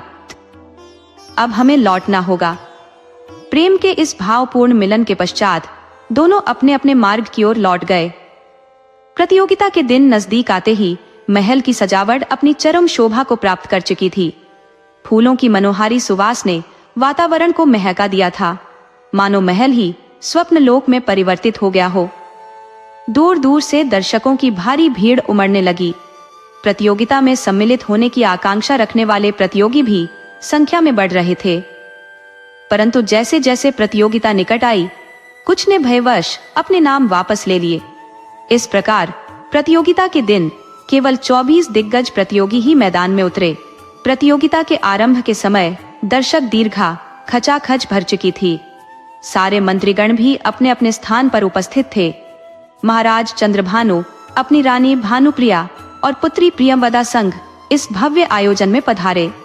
थोड़ी ही देर बाद राज्य के महामंत्री किरण सेन मंच पर उपस्थित होकर प्रतियोगिता के नियमों और विषय पर विस्तृत विवरण देने लगे, मानो समस्त प्रजा को इस मनोरंजक उत्सव की महत्ता से अवगत कराना उनका परम कर्तव्य हो। इस महामुकाबले में 2 दलों का गठन किया गया, एक आ दल और दूसरा बा दल। प्रत्येक दल में 12-12 धुरंधर योद्धा थे। नियम यह था कि सभी योद्धा अपने अपने दल के अन्य योद्धाओं से भिड़ेंगे और जब हर दल में केवल एक एक विजेता शेष बचेगा तो वे अंतिम द्वंद्व में आमने सामने होंगे। इस संपूर्ण प्रक्रिया के बाद जो योद्धा सबसे अजेय सिद्ध होगा उसी का विवाह राजकुमारी प्रियंवदा से संपन्न होगा। महामंत्री किरण सेन द्वारा यह घोषणा सुनते ही राजकुमारी प्रियंवदा के मन में चिंता और उम्मीद की तरंगें उमड़ने लगी। उसकी बेचैन निगाहें सेनापति विक्रम को ढूंढने लगी, और जब वह उन 24 योद्धाओं के बीच विक्रम को खड़ा देख सकी तो उसका दिल थोड़ा शांत हुआ। सभी प्रतिद्वंद्वियों का परिचय समाप्त होने के पश्चात महामंत्री किरण सेन ने महाराज चंद्रभानु से प्रतियोगिता प्रारंभ करने की अनुमति मांगी और जल्द ही मल्लयुद्ध के प्रारंभ की घोषणा कर दी गई। ये संयोग था कि राजकुमार वीरदत्त आदल दल के प्रमुख योद्धा थे और सेनापति विक्रम बादल दल का हिस्सा थे। मुकाबला तीव्रता से आगे बढ़ा और जैसे जैसे दिन ढलता गया दोनों ही दलों से योद्धा हारते चले गए। दिन के अंत तक आदल और बादल दल में केवल राजकुमार वीरदत्त और सेनापति विक्रम ही विजयी बचे। महामंत्री किरण सेन ने दिन की समाप्ति की घोषणा करते हुए कहा, कल प्रातः राजकुमार वीरदत्त का मुकाबला बादल दल के सभी शेष योद्धाओं से और सेनापति विक्रम का सामना आदल दल के सभी शेष योद्धाओं से होगा। अगले दिन भी ये दोनों अपने अपने मुकाबले जीतते गए और आखिरकार तीसरे दिन इन दोनों के बीच निर्णायक द्वंद्व का समय आ गया। मुकाबले के दिन समस्त दर्शकों का उत्साह चरम पर था। हर कोई बेसब्री से इस अंतिम भिड़ंत की प्रतीक्षा कर रहा था। कोई राजकुमार वीरदत्त की जीत की भविष्यवाणी कर रहा था तो कोई सेनापति विक्रम की वीरता की सराहना करता हुआ उसकी जीत की उम्मीद कर रहा था। महाराज, महारानी और सभी मंत्रीगण भी इसी संशय में थे कि कौन विजयी होगा। राजकुमारी प्रियंवदा का हृदय धड़क रहा था। वह माता गौरी से प्रार्थना कर रही थी कि सेनापति विक्रम ही विजयी हो। यह द्वंद्व अत्यंत रोमांचक और असमंजसपूर्ण था।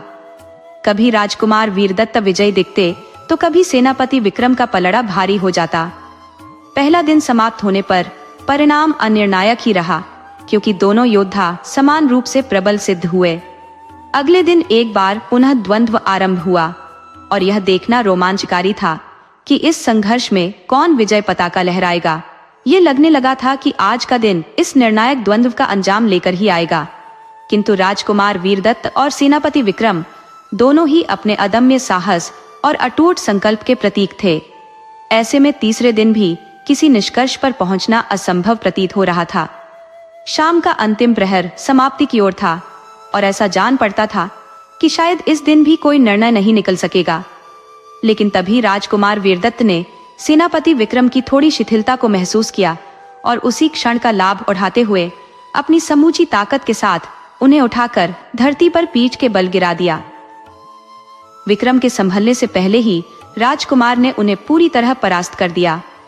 चारों ओर उल्लास और प्रशंसा का माहौल था। हर व्यक्ति राजकुमार वीरदत्त की वीरता के गुणगान करता थक नहीं रहा था।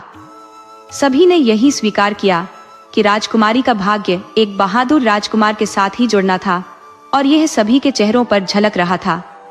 राजकुमारी प्रियंवदा के माता पिता के चेहरे पर विशेष प्रसन्नता का भाव था, परंतु भीड़ में एक चेहरा ऐसा भी था जो राजकुमारी के दुख से भरा हुआ था। वह थी उसकी प्रिय सहेली इरावती।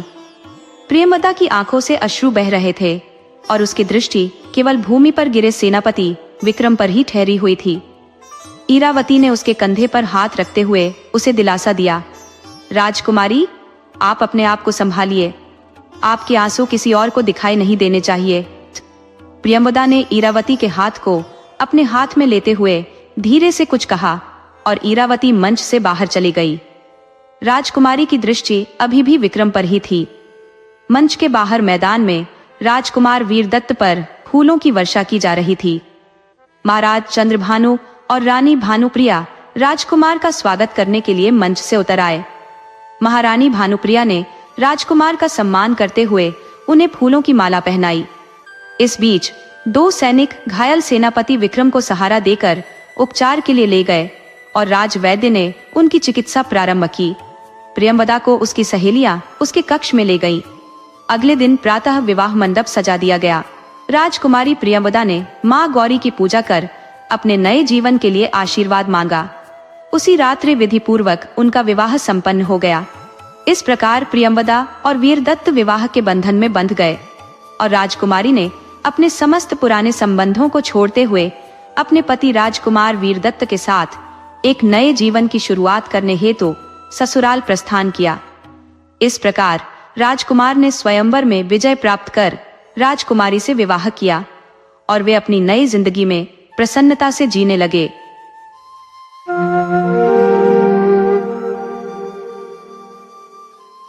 ललिया, असल नाम तो उसका ललिता था, पर उसकी माँ उसे प्यार से ललिया कहकर बुलाती थी और यही नाम उसके साथ जुड़ गया।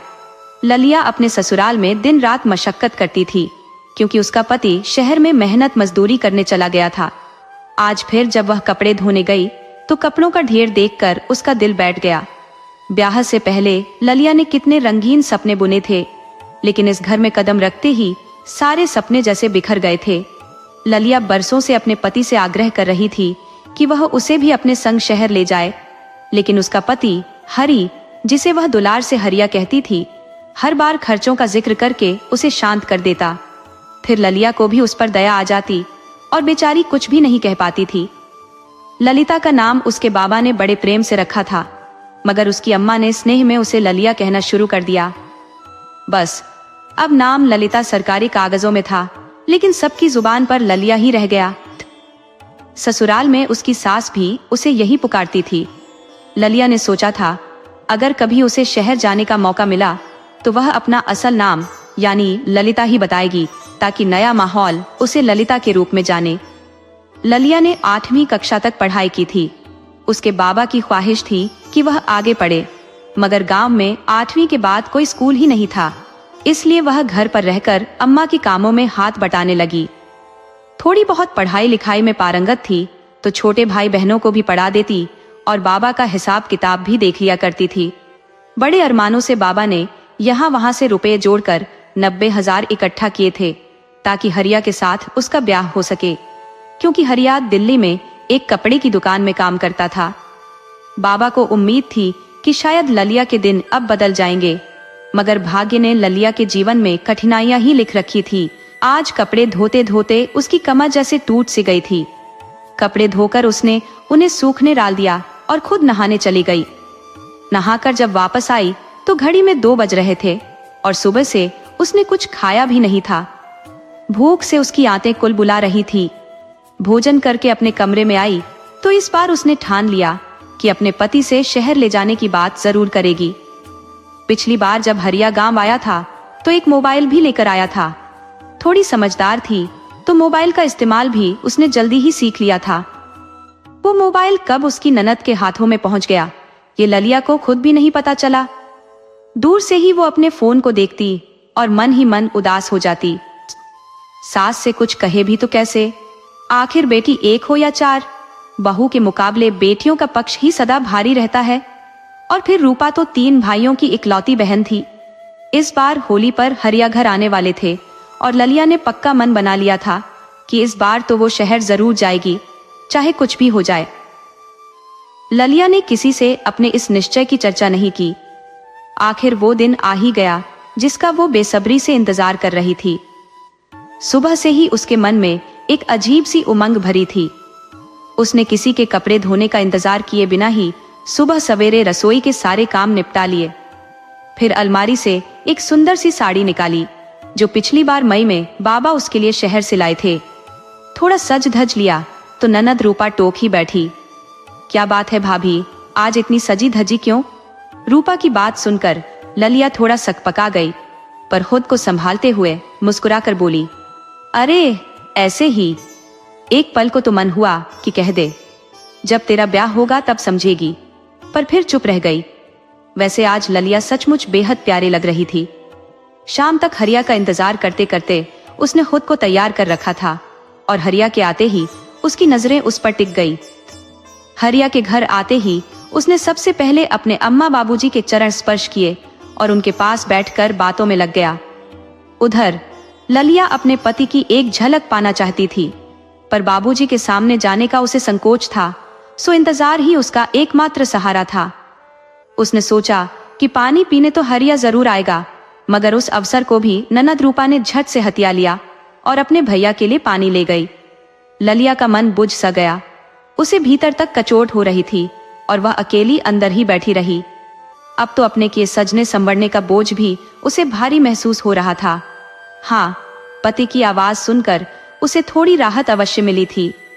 करीब 2 घंटे बाद सासू माँ आई और अंदर बैठी ललिया को देखकर बोली, अरे ललिया, कितने आराम से बैठी है तू। हमारा हरिया इतनी दूर से थक कर आया है, उसके लिए भोजन परोस दे बहू। ललिया ने सिर झुकाकर कहा, जी अम्मा, और तुरंत उठ खड़ी हुई। उसने भोजन परोसा और फिर इंतजार में बैठ गई। कुछ ही देर में हरिया खाना खाने आया और अम्मा पास बैठकर पंखा झलने लगी। इतने लोगों के बीच ललिया अपने मन की मुराद अपने पति को जी भर के देख भी नहीं पा रही थी। रूपा भी भाई के साथ हंसी मजाक में लगी रही और ललिया का सब्र का बांध अब टूटने लगा। उसे एकाएक अपने आप को अनदेखा सा महसूस हुआ और साथ ही शहर जाने की उसकी दृढ़ता और गहरी होती गई। बहुत देर के बाद हरिया आखिरकार उनके कमरे में आया। अब बारी ललिया की थी। उसने भी थोड़ा बनावटी गुस्सा दिखाया तो हरिया ने मुस्कुराते हुए कहा, अरे ललिया, इतनी दूर से आए हैं और तुम इतनी नाराजगी दिखा रही हो, ये क्या बात हुई? बस इतना सुनते ही ललिया का गुस्सा पिघल गया। उसने चुटकी लेते हुए पूछा, अच्छा, हमारे लिए होली का उपहार लाए हो? हरिया ने खुशी से कहा, अरे बोलो क्या चाहिए? ललिया थोड़ा नखरे दिखाते हुए बोली, दे पाओगे? इस पर हरिया ने हंसते हुए जवाब दिया, अरे दे देंगे, तुम मांगो तो सही। इस बार ललिया ने बिना हिचक कह दिया, हमें इस बार शहर साथ ले चलो। यह सुनते ही हरिया की मुस्कान अचानक गुम हो गई। उसके चेहरे पर एक गहरी चुप्पी सी छा गई। ललिया ने चढ़ाते हुए कहा, हमें पता था आप ऐसे ही चुप हो जाएंगे और बात वहीं खत्म हो जाएगी। खैर, सो जाइए, रात बहुत हो गई है। इतना कहकर उसने मुंह घुमाकर सोने की तैयारी कर ली। हरिया भी चुपचाप लेटा रहा और सोचने लगा, ललिया ने गलत तो कुछ नहीं कहा। उसका भी तो दिल चाहता होगा अपने पति के साथ रहने का। दिल्ली से घर लौटते वक्त हरिया के मन में भी अजीब सी उमंग थी। रास्ते भर ललिया का चेहरा उसके ख्यालों में तैरता रहा, जिससे उसे दूरी का एहसास भी नहीं हुआ। ब्याह के बाद एक बार माँ से शहर ले जाने की बात की थी, पर माँ ने खर्चों का हवाला देकर उसे रोक दिया था। हरिया पढ़ा लिखा भले न था, पर समझदारी की कमी भी न थी, इसलिए उसने यह बात दोबारा कभी नहीं छेड़ी। यही सोचते सोचते उसकी आंख लग गई। सुबह जब हरिया जागा तो ललिया आसपास नहीं थी। वह बाहर गया तो देखा ललिया चूल्हे में आग जलाने की कोशिश कर रही थी। ललिया की व्यस्तता और उसके समर्पण को देखकर हरिया ने मन ही मन निश्चय कर लिया, अब चाहे कुछ भी हो, वह ललिया को अपने साथ शहर जरूर ले जाएगा। अम्मा को मनाकर ही रहेगा। यह सोचते हुए हरिया आंगन में उदास सा बैठ गया और रूपा को पुकारा। रूपा भी भाई की आवाज सुनकर भागती हुई आई और चहकते हुए बोली, भैया कहो क्या बात है? हरिया ने मुस्कुराते हुए अपनी अटैची लाने को कहा तो रूपा खुशी खुशी उसकी अटैची लेने चली गई। उसे पहले से अंदाजा था कि भैया जरूर सबके लिए कुछ न कुछ लाया होगा, जैसे हर बार लाता है। तब तक हरिया ने अम्मा से बाबूजी के बारे में पूछा। अम्मा ने बताया, तुम्हारे बाबूजी तो सुबह ही खेतों की ओर चले गए। कुछ दिनों में गेहूं की कटाई होने वाली है, तो उसी की तैयारी में लगे हैं। ऊपर से मालिक लोग भी छुट्टियों में आ जाएंगे, तो हिसाब किताब भी देखना होगा। हरिया ने धीरे से कहा, अम्मा, अब बाबूजी को यूं कठिन परिश्रम करते देखना अच्छा नहीं लगता। मैंने दिल्ली में अपने मालिक से बात की है कि क्या बाबूजी के लिए कोई काम मिल सके। अगर दिल्ली में काम जमा ले तो हम सब साथ रह सकेंगे। कभी कभी आप सबकी बहुत याद आती है। माँ बेटे का यह ममता भरा संवाद सुनकर भावुक हो गई। उसकी आंखों के कोने भर आए। आखिर हरिया उसकी पहली संतान जो था। तभी रूपा भैया की अटैची लेकर आ गई। हरिया ने अटैची खोलते हुए सबके लिए लाए उपहार निकाले। रूपा के लिए सुंदर सलवार सूट का कपड़ा था, जिसे देखकर वह बेहद खुश हो गई। मगर ललिया की नजर बस अपनी साड़ी पर ही ठहर गई, जो हरिया खास उसके लिए लाया था। रूपा अब भी मौन ही रही। उधर माँ हरिया को दुआएं देती जा रही थी। जब हर ओर सन्नाटा था, हरिया ने हिम्मत जुटाकर अम्मा से अपनी बात कह ही दी। अम्मा, इस बार मैं सोच रहा हूँ कि ललिया को साथ शहर ले जाऊं। वहां मेरे साथ रहकर वो भी मेरे कामों में हाथ बटा सकेगी और फिर धीरे धीरे आप सबको भी वहीं बुला लूंगा। हरिया की यह बात सुनकर अम्मा क्षण भर के लिए चिंतित सी हुई, पर बेटे के जोश को थामना नहीं चाहती थी। उन्होंने कहा, चल बेटा, तेरे बाबूजी से बात करती हूँ। हाँ, तेरे बाबूजी आते ही उनसे इस बारे में जरूर कहूंगी। हरिया को जैसे उम्मीद की एक रोशनी दिखाई देने लगी। तभी ललिया किसी काम से आ पहुंची। अम्मा ने उसे वो साड़ी दिखाई जो हरिया उसके लिए लाया था। साड़ी उसे अच्छी लगी जरूर, मगर रात की बात का असर अभी भी दिल पर गहरा था। इसीलिए जब अम्मा ने पूछा तो उसने बस हल्के से हूं में जवाब दिया। हरिया को यह बेरुखी खल गई। अगर वे दोनों अकेले होते तो शायद वो अपनी बात और स्पष्ट करता, लेकिन माँ के सामने वह मौन रह गया। अम्मा ने उसका मौन तोड़ा और बोली, अरे, हमारा हरिया इतनी दूर से तुम्हारे लिए कुछ लाया है ललिया बहू। कम से कम उसके दिल को खुश करने के लिए कुछ अच्छे शब्द तो बोल दो। और देखो, हमारा बेटा तो तुम्हें अपने साथ ले जाने की सोच रहा है। क्या वहां जाकर भी तुम ऐसा ही व्यवहार करोगी हमारे बच्चे के साथ? अम्मा की बात सुनते ही ललिया का मन जैसे ठिठक सा गया। उसने हरिया की ओर देखा जो सिर झुकाए हल्की मुस्कान लिए बैठा था। ललिया को जब साड़ी मिली तो उसके चेहरे पर खुशी की चमक फैल गई। इतने में रूपा ने तुनकते हुए कहा, माँ, अगर भाभी को ये साड़ी पसंद नहीं तो मैं ले लूं? अम्मा ने मुस्कुराते हुए उसे टोक दिया, नहीं रे, तेरे लिए भी भाई कुछ खास लेकर आया है। जो बहू का है वही बहू का रहेगा। जा बहू, इसे अपने बक्से में रख दे। यह सुनकर रूपा का मन बुझ गया और वो वहां से खिसक गई। अब ललिया के दिल में काम करने का उत्साह और बढ़ गया। उधर हरिया बेचैनी से शाम का इंतजार करने लगा कि कब बाबूजी लौटे और माँ उनसे उसकी बात करे। हरिया का बाबूजी से संवाद वैसे भी बहुत कम होता था। उसका मन अतीत की गलियों में चला गया, जहां उसे याद आया कि जब उसने पहली बार दिल्ली जाने का इरादा जताया था तो बाबूजी ने उसका कितना विरोध किया था। मगर हरिया के मन में उस महानगर को देखने की धुन सवार थी। बाबूजी ने अम्मा से खींचते हुए कहा था, देखना, उस बड़े शहर की चकाचौंध में ये लड़का डूब जाएगा और फिर कभी वापस नहीं आएगा। यहाँ मेरे साथ काम करता तो पैसा तो मिलता ही, साथ में थोड़ा पुण्य भी कमा लेता। क्या 4 पैसे कमाने में कोई बड़ी बात है? खेती भी हर किसी के बस की नहीं होती। माँ, अगर यहाँ खेती करना नहीं है तो मत कर, इस शहर में और भी कई काम है। मगर क्यों तुम्हारे दिमाग में कुछ बात ढंग से बैठती ही नहीं? हरिया अम्मा से बोला, अम्मा, तुम चाहती हो कि मैं भी अपने जीवन को इस गांव में ही लोगों की सेवा में गंवा दूं? आंचल से आंसू पोंछते हुए अम्मा बोली, बेटा, अगर तेरी खुशी में कोई सबसे ज्यादा खुश होगा तो वह तेरी माँ ही होगी। लेकिन जरा अपने बाबूजी का भी ख्याल रख, वो तुझसे जीवन बर्बाद करने को नहीं कह रहे हैं। बस बुढ़ापे में अपने सबसे बड़े बेटे से बिछड़ना नहीं चाहते। आखिर हमें इस संसार से मुक्ति भी तो तुम्हारे ही हाथों से मिलनी है। हरिया अपनी माँ का हाथ थामे उसके आंचल में सर रखकर बोला, अम्मा, बाबूजी से नहीं, पर तुमसे तो उम्मीद थी कि तुम मेरी बात समझोगी। मेरे भी कुछ कर्तव्य हैं इस घर के लिए, तुम्हारे लिए, रूपा के लिए। रूपा का नाम सुनते ही माँ की आंखों में गर्व का भाव उमड़ पड़ा और दिल कठोर करके बोली, ठीक है बेटा, मैं एक बार फिर से बाबूजी से बात करूंगी। और आखिरकार अम्मा ने किसी तरह बाबूजी को मना लिया और हरिया के दिल्ली जाने का दिन आ गया। जाते वक्त जब हरिया बाबूजी के चरण स्पर्श करने झुका तो बाबूजी ने बस इतना ही कहा, बहुत सोच समझकर तुम्हारा नाम हरिश्चंद्र रखा था ताकि तुम कभी गलत राह न पकड़ो। यह सुनकर हरिया का दिल भर आया, चाहा कि बाबूजी से लिपट जाए, पर यह भाव मन में ही रह गया। दिल्ली जाने की तैयारी करते हुए हरिया के मन में यह सब ख्याल उमड़ गुमड़ रहे थे। ललिया रसोई के काम निपटाकर नहाने चली गई और हरिया कमरे में सोच में डूबा बैठा था। तभी ललिया आई और माफी मांगते हुए बोली, मुझे माफ कर दो ना।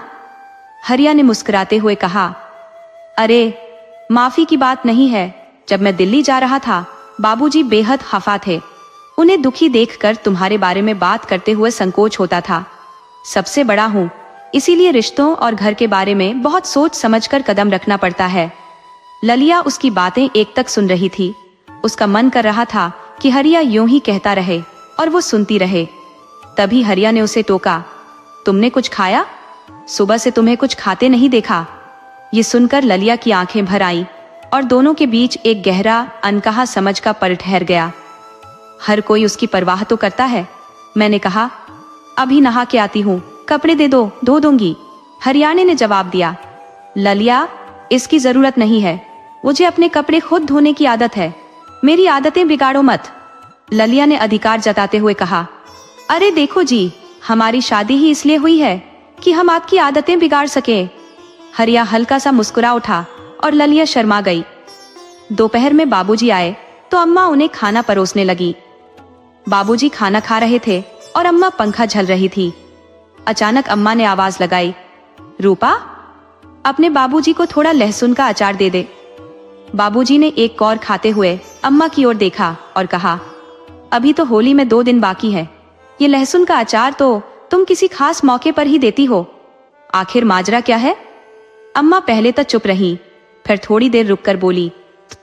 बाबूजी ने बीच में ही टोक दिया, ऐसा कहो कि तुम्हें अपने लाडले की कोई फरमाइश पूरी करवानी है। अम्मा ने जल्दी से संभालते हुए कहा, अरे नहीं, कोई फरमाइश नहीं है जी, बस देव के काम के बारे में शहर में बात करके आया है। बाबूजी ने थोड़ा हैरान होकर और थोड़ा दुखी होकर कहा, हरियाणे का तो अब देवो भी हरिया हो गया है, उसके दोस्तों ने उसे बदल दिया और अब वो सब हरिया के रंग में रंग गए हैं। अम्मा ने हल्की मुस्कान के साथ कहा, देखो जी, ऐसी बात नहीं है, हरिया तो दिल्ली चला गया है, कल को अपने परिवार को भी ले जाएगा। देव का मन भी कह रहा था कि शहर में कुछ करना है, तो हरिया ने बस उसके लिए राह आसान की है। जितना तुम समझ रहे हो उतना बुरा नहीं है, मेरा लाल अपने भाई के भविष्य की सोच रखता है। हरिया की मां ने अपने पति से यह बात कहते हुए थोड़ी नाराजगी जताई, जिस पर बाबूजी हल्का सा मुस्कुरा उठे, मानो उन्हें सब पता था, बस कहने का इंतजार था।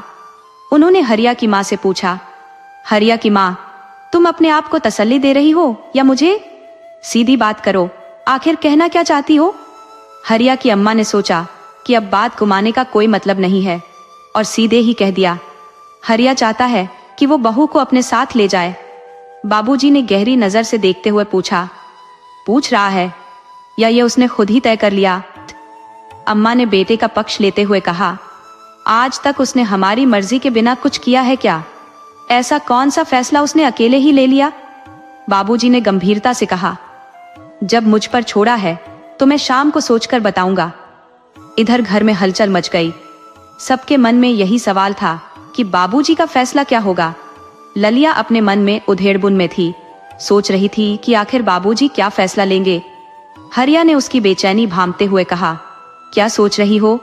जो भी निर्णय होगा हम खुशी खुशी मान लेंगे। लेकिन ललिया का मन शांत नहीं हो पाया। एक पल वह चाहती कि जल्दी से शाम हो जाए और बाबूजी अपना निर्णय सुना दे, और अगले ही पल उसे डर लगता कि कहीं शाम कभी आए ही ना। इतना तनाव और बेचैनी उसने पहले कभी महसूस नहीं की थी। हरिया भी अंदर ही अंदर परेशान था, मगर उसने खुद पर काबू रखा। शाम को जब बाबूजी सैर करके लौटे तो घर के लोग उनके आसपास किसी न किसी काम का बहाना बनाकर मंडराने लगे। रूपा बाबूजी के लिए पानी ले आई और अम्मा ने पूछा, चाय लाऊं? बाबूजी ने जवाब दिया, पहले बहू को बुलाओ। ललिया, जो कभी बाबूजी के सामने सहजता से नहीं गई थी, लंबा घूंघट करके धीरे धीरे उनके सामने गई। बाबूजी चौपाल पर बैठे थे और बाकी सब आंगन में अलग अलग जगहों पर खड़े थे या बैठे थे, दिखाने के लिए किसी न किसी काम में व्यस्त थे। बाबूजी ने कहना शुरू किया, बहू, तू मेरे लिए रूपा से कम नहीं है। अगर तेरी भी यही इच्छा है तो जा हरिया के साथ, मगर इस घर आंगन को मत भूलना। हमने तुम्हें इस घर में लक्ष्मी बनाकर लाए थे बहू, और तुम्हारे आने से हम में एक भरोसा भी आया था कि हरिया भले शहर में काम करने जाए पर वहीं बसने का मन नहीं बनाएगा। इस भरोसे को कायम रखना। तुम दोनों चाहे दुनिया के किसी भी कोने में रहो, मगर इस परिवार को भूलना मत। मैंने ऐसे कई घर देखे हैं जहां बेटा शहर में जाकर फिर कभी लौटकर नहीं आया। मेरी तुम दोनों से हाथ जोड़कर विनती है कि ये तिरस्कार इस परिवार पर न आने देना। पूरा आंगन खामोशी में डूबा था और जब तक बाबूजी की बात पूरी हुई उनकी आंखें भी नम हो गईं। ललिया भाव विभोर होकर फूट फूट कर रोने लगी। उसने अम्मा से कहा, माँ जी, मैं कहीं नहीं जाऊंगी, मैं आप सबके पास ही रहूंगी। माँ ने उसका सिर सहलाते हुए उसे अपने करीब कर लिया और रूपा से कहा, जाकर बाबूजी और भाभी के लिए पानी ले आ। बाबूजी ने कहा, नहीं बहू, हरिया को भी उस शहर में अकेले परिवार की कमी खलती होगी। हमें सुकून रहेगा कि वह वहां अकेला नहीं है। तुम दोनों वहां जाओ, पर हमें भूलना मत। अम्मा ने बहुओं और हरिया के लिए जो भी आवश्यक सामान था उसे समेटना शुरू कर दिया। सभी अपने अपने कामों में लग गए, मगर पूरे घर में एक गहरी उदासी घिर आई और सबसे अधिक मायूस ललिया थी। उसे बार बार लग रहा था कि इस घर के माहौल में आई इस नीरसता की वजह वही है। इस बार जो होली इतने रंगों के साथ आई थी, अब जैसे फीकी लगने लगी थी, क्योंकि होली के 2 दिन बाद ही हरिया और ललिया को शहर जाना था। अंततः ललिया और हरिया के जाने का दिन आ पहुंचा। शाम की ट्रेन थी और तय हुआ कि सब लोग उन्हें स्टेशन तक छोड़ने चलेंगे। ललिया के मायके वाले भी आने वाले थे। ललिया की नींद आज सुबह जल्दी खुल गई, लेकिन उसकी आंखों में वो चमक नहीं थी। जिस उल्लास से वह दिल्ली जाने के ख्वाब बुनती थी, आज वह कहीं खो सा गया था। आज वह जोश और उमंग कुछ मद्दिम से हो गए थे। वह रोजमर्रा के कामों में लग गई। पहले स्नान करने का विचार किया ताकि धुले कपड़े समय पर सूख जाए और फिर उन्हें समेटना आसान हो। ललिया जैसे ही अपने कमरे में पहुंची, रूपा भी उसके पीछे पीछे चली आई। भाभी को अकेले पाकर उसने धीरे से कहा, भाभी ये मोबाइल रख लीजिए, भैया आपके लिए ही लाए थे। ललिया के भीतर एक आत्मग्लानि का एहसास उठने लगा। उसने मना करते हुए कहा, नहीं रूपा दीदी, इसे आप ही रखिए। ये आपके लिए है ताकि आपसे संपर्क बना रहे। अब तो मैं खुद उनके पास जा रही हूँ, इसलिए इसकी कोई जरूरत नहीं। लेकिन आपसे अब सही सही बात करूंगी और घर परिवार का हालचाल लेती रहूंगी। ये कहते हुए दोनों की आंखें नम हो गई।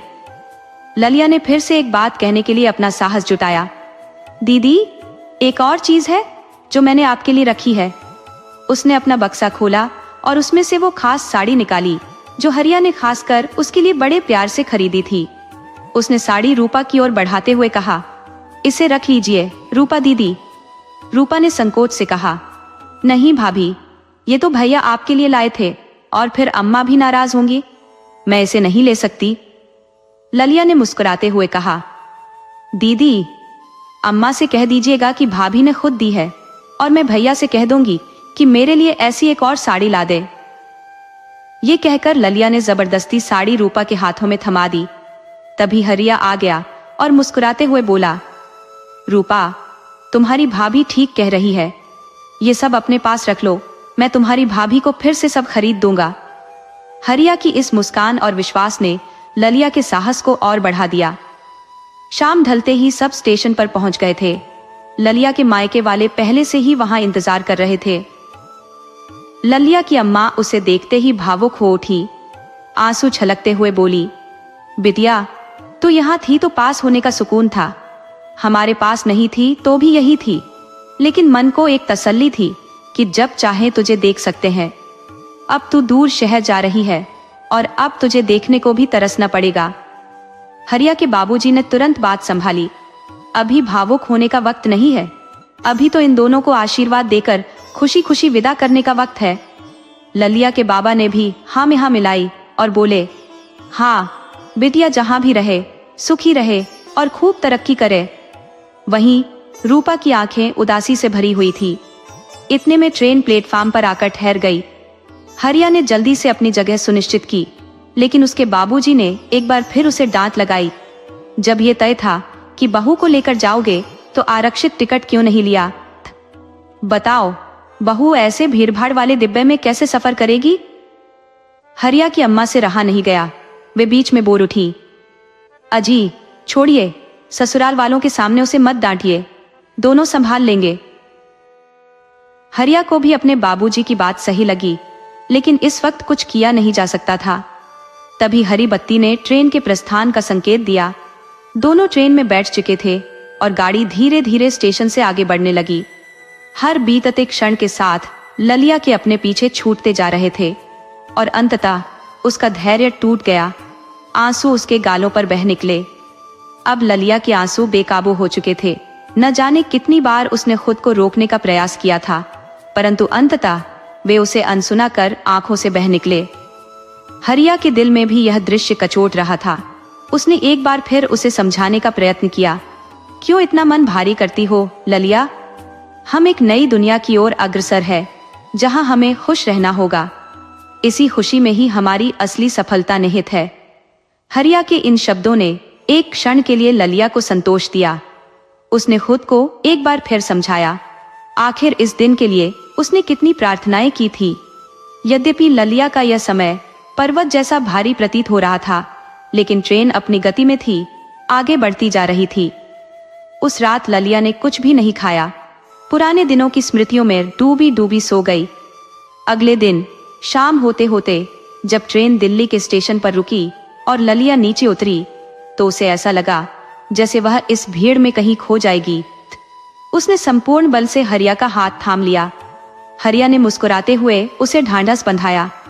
डरो मत ललिया, हम तुम्हारे साथ हैं। इस पर ललिया ने राहत की सांस ली और एक हल्की सी मुस्कान उसके चेहरे पर आ गई। जब ललिया ने सोचा कि भीड़ सिर्फ यात्रियों के कारण होगी, लेकिन जैसे ही वह बाहर निकली, ऐसा प्रतीत हुआ मानो भीड़ का सैलाब उमड़ पड़ा हो। हरिया ने हल्की मुस्कान के साथ मजाकिया अंदाज में कहा, दिल्ली में तुम्हारा स्वागत है। ललिया ने थोड़ी मुस्कान दी, मगर चारों ओर की भीड़भाड़ और शोरगुल ने उसका सिर चकरा दिया। जैसे तैसे ऑटो में बैठी तो थोड़ी राहत महसूस हुई, लेकिन ये सफर भी कोई कम चुनौतीपूर्ण नहीं था। पूरे 2.5 घंटे की जद्दोजहद के बाद ललिया और हरिया अपनी कॉलोनी पहुंचे। ललिया सोच में डूब गई कि इतने समय में तो वे लोग एक बार अपना पूरा गांव घूम आते। उनका घर दरअसल एक छोटा सा कमरा था, जो गांव के हालात से बेहतर नहीं था। रसोई का हिस्सा थोड़ा बड़ा था, लेकिन इस छोटे से स्थान में जीवन बिताना कितना कठिन होता होगा, ये सोचकर उसे हरिया के लिए दया आने लगी। शुरुआती 5-6 दिन तो ललिया को बस इस नई दुनिया को समझने और देखने में ही बीत गए। अक्सर वह सोचती, आखिर इस शहर में ऐसा क्या है जो लोगों को यहाँ बसाए रखता है। हर छोटी बड़ी चीज के लिए संघर्ष करना पड़ता है, कभी बिजली के लिए, कभी पानी के लिए, कभी राशन के लिए, और भी न जाने कितनी समस्याएं। अब तो इस शहर की हवा में भी उसे अजीब सा संकोच महसूस होने लगा था। मगर हरिया से कुछ कहने में संकोच होता था। घर परिवार से बात होती, पर उनसे भी वह अपने दिल की बात नहीं कह पाती थी। अब वह समझने लगी थी कि महानगर का जो आकर्षण था वह कहीं खो चुका था। कभी कभी सोचती, यहाँ आकर उसने क्या पाया, इस घुटन भरे माहौल में वह क्यों आई। फिर भी उसने खुद को इस नई दुनिया में ढालने की कोशिश शुरू कर दी, इसे समझने और यहाँ जीने का प्रयास करने लगी। अब वह रोज सुबह उठकर घर के सारे काम करती, हरिया को काम पर भेजती और इस नए जीवन को सहज बनाने की कोशिश में जुट जाती। हरिया भी अब काम पर खाने का डब्बा साथ ले जाने लगा था। शाम को जब वह घर लौटता तो दोनों मिलकर दिन भर की बातें साझा करते और हर रविवार को हरिया ललिया को कहीं न कहीं घुमाने ले जाता था, जो उनके रिश्ते में एक ताजगी सी ला देता था। इस बीच एक और बात ने मोड़ लिया। अब ललिया ललिता बन चुकी थी। वह अक्सर हरिया से आग्रह करती, या तो 2 कमरों का बड़ा घर ले लो या छोटा सा एक कमरा ही खरीद लो। ललिता की गहरी इच्छा थी कि एक बार उसकी अम्मा और बाबूजी दिल्ली आकर उसका नया घर देखें। हरिया उसे समझाता, तुम चाहे महल भी खड़ा कर दो, बाबूजी यहाँ नहीं आएंगे। हाँ, अम्मा शायद हमारी बात मान ले और आ जाए। इस तरह धीरे धीरे दिन बीत रहे थे और हरिया ने मन में ठान लिया था कि ललिता की यह इच्छा जरूर पूरी करेगा। 2 साल कब उड़ गए इसका एहसास ही न हुआ। इस बीच रूपा का विवाह तय हो गया। शादी मई में होनी थी। ललिता का मन खुशी से झूम उठा। आखिर उसके आने के बाद पहली बार परिवार में किसी का विवाह हो रहा था। एक रविवार को हरिया ने ललिता से कहा, अगर तुम कहो तो हमने घर के लिए जो पैसे जोड़े थे वे बाबूजी को दे देते हैं, रूपा के विवाह में काम आएंगे। ललिता हल्के से मुस्कुराई और बोली, क्या समझा आपने मुझे? दिल इतना छोटा थोड़े ही है। पैसे तो आते जाते रहेंगे, लेकिन रूपा दीदी का विवाह फिर से थोड़ी होगा। हरिया के दिल में खुशी का संचार हुआ। वह ललिता के इस निर्णय से बेहद प्रभावित हुआ।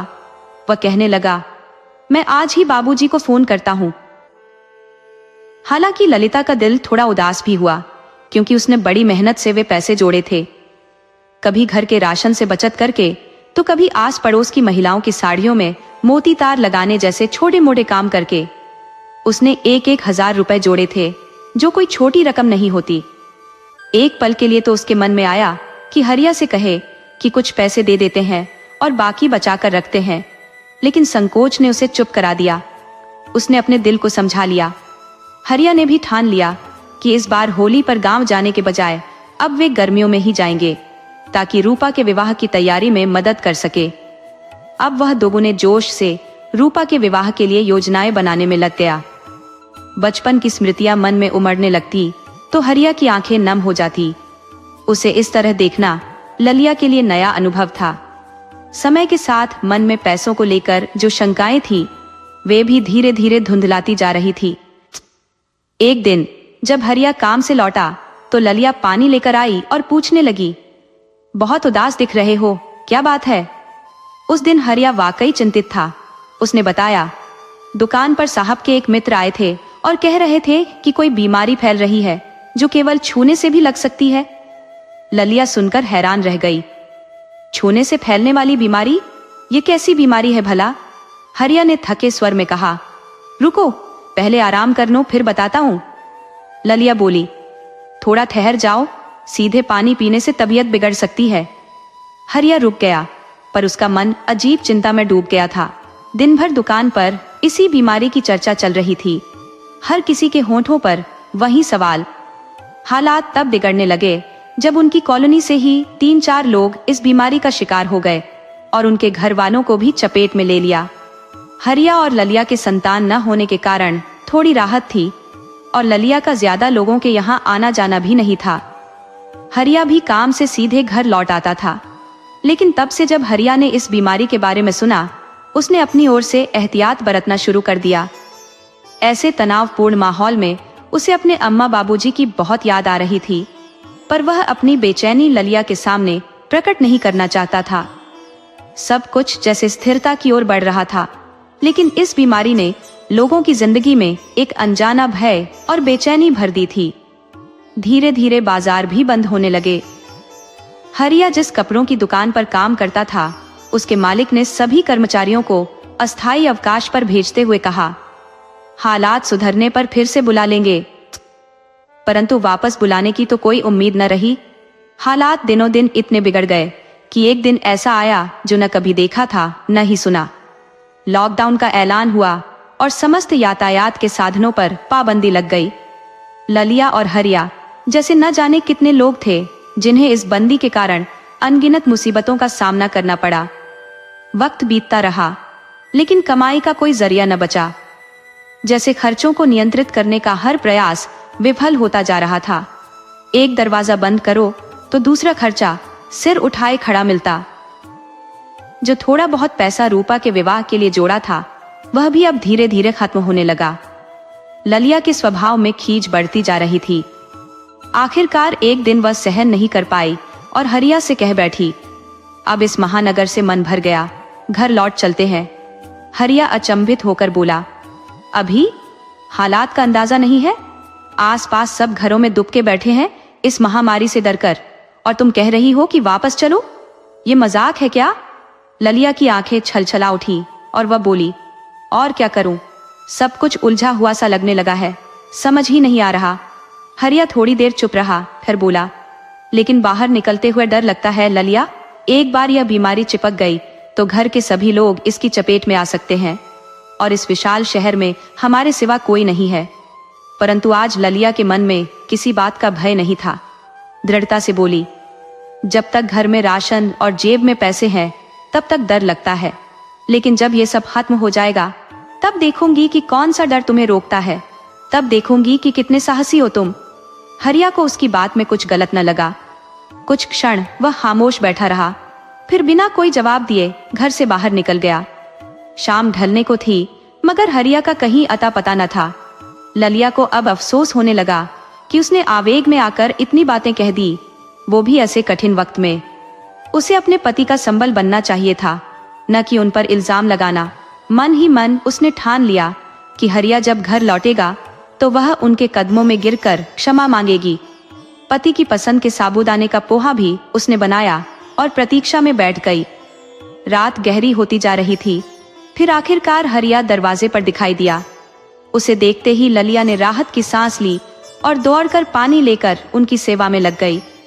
हरिया ने मुस्कुराते हुए कहा, ललिया, जब से तुझे इस महानगर में लाया हूँ, हर निर्णय में मैंने तेरी सहमति का मान रखा है और तुझे भी हमेशा मेरा साथ देने में कोई कसर नहीं छोड़ी। हरिया की बातें सुनकर ललिया अचरज से उन्हें देखे जा रही थी। वह कुछ और बोलते उससे पहले ही हरिया ने गहरी आवाज में कहना शुरू किया, मगर इस बार मैं कुछ तय करके ही लौटा हूँ, बिना तुझसे पूछे। आनंद विहार से ट्रेन खुलने वाली है। कुछ सूखा नाश्ता बना लेना और रास्ते के लिए जो आवश्यक हो वही सामान रखना। हो सकता है ये वापसी का आखिरी सफर हो। परसों सुबह 3 बजे ही निकलना होगा, क्योंकि जगह जगह पुलिस की सख्त निगरानी है। हरिया की बात सुनकर ललिया भौचक्की रह गई। हैरानी तो थी ही, मगर मन के किसी कोने में एक अनदेखी सी खुशी की चमक भी थी। उसने कभी कल्पना नहीं की थी कि वह एक दिन अपने गांव की ओर इस तरह लौटेगी।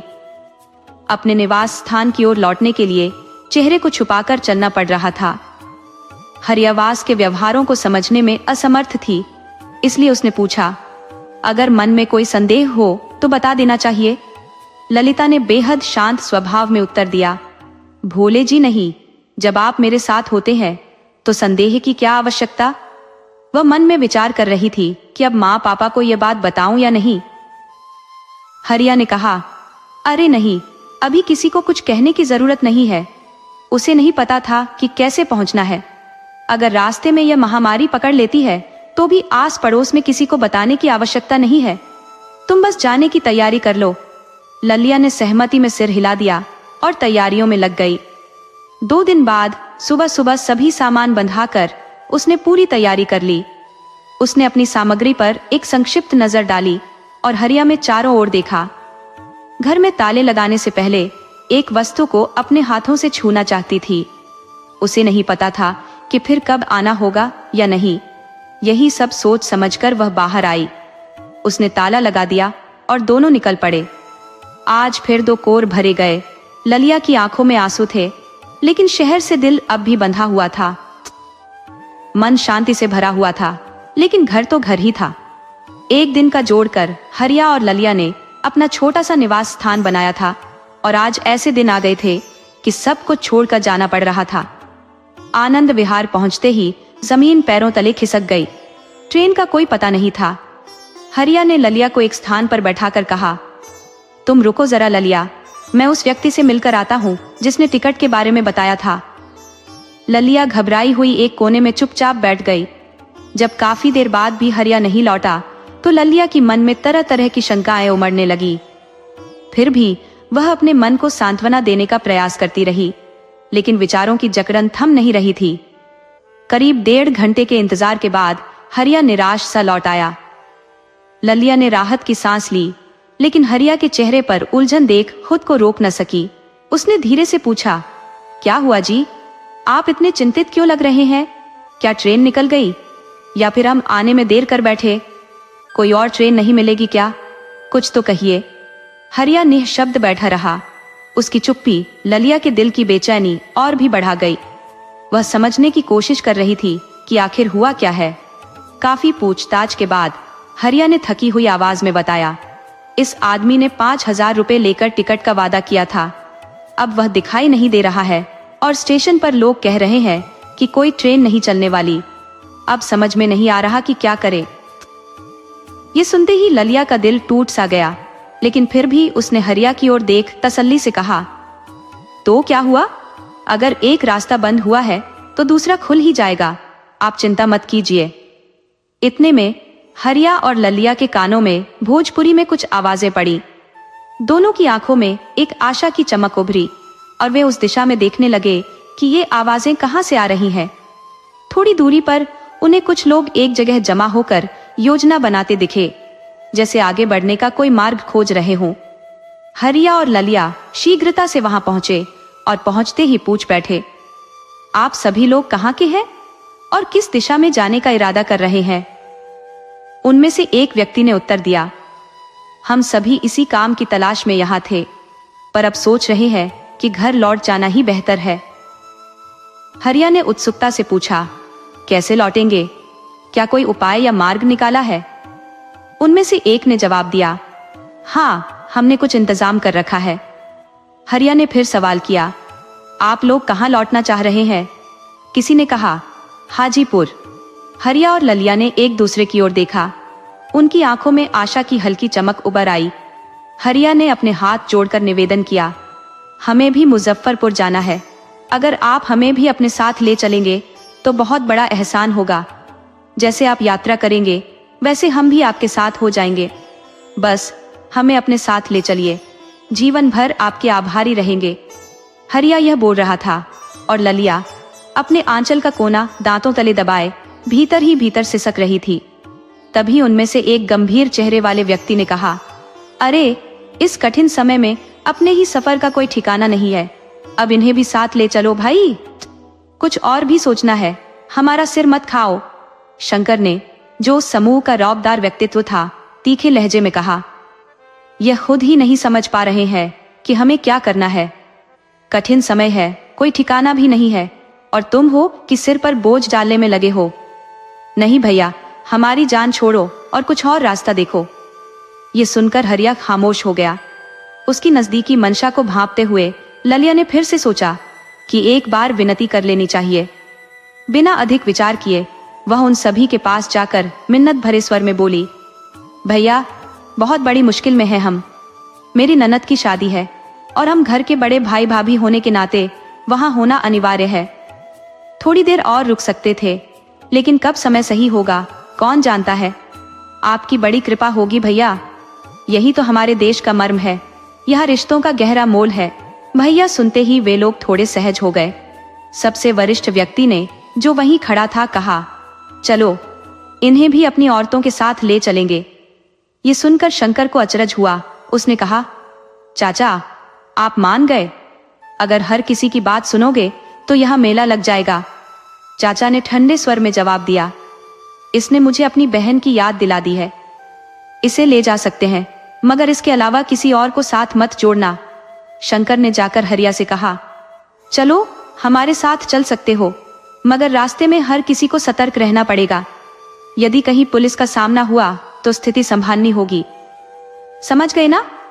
हरिया ने मुस्कुराते हुए सिर हिलाया और कहा, जैसा आप कहें वैसा ही होगा। शंकर बोला, ये आप क्या लगा रखा है? हमारी तुम्हारी उम्र में कोई बहुत बड़ा फर्क नहीं होगा, थोड़ा बहुत ही आगे पीछे का अंतर होगा।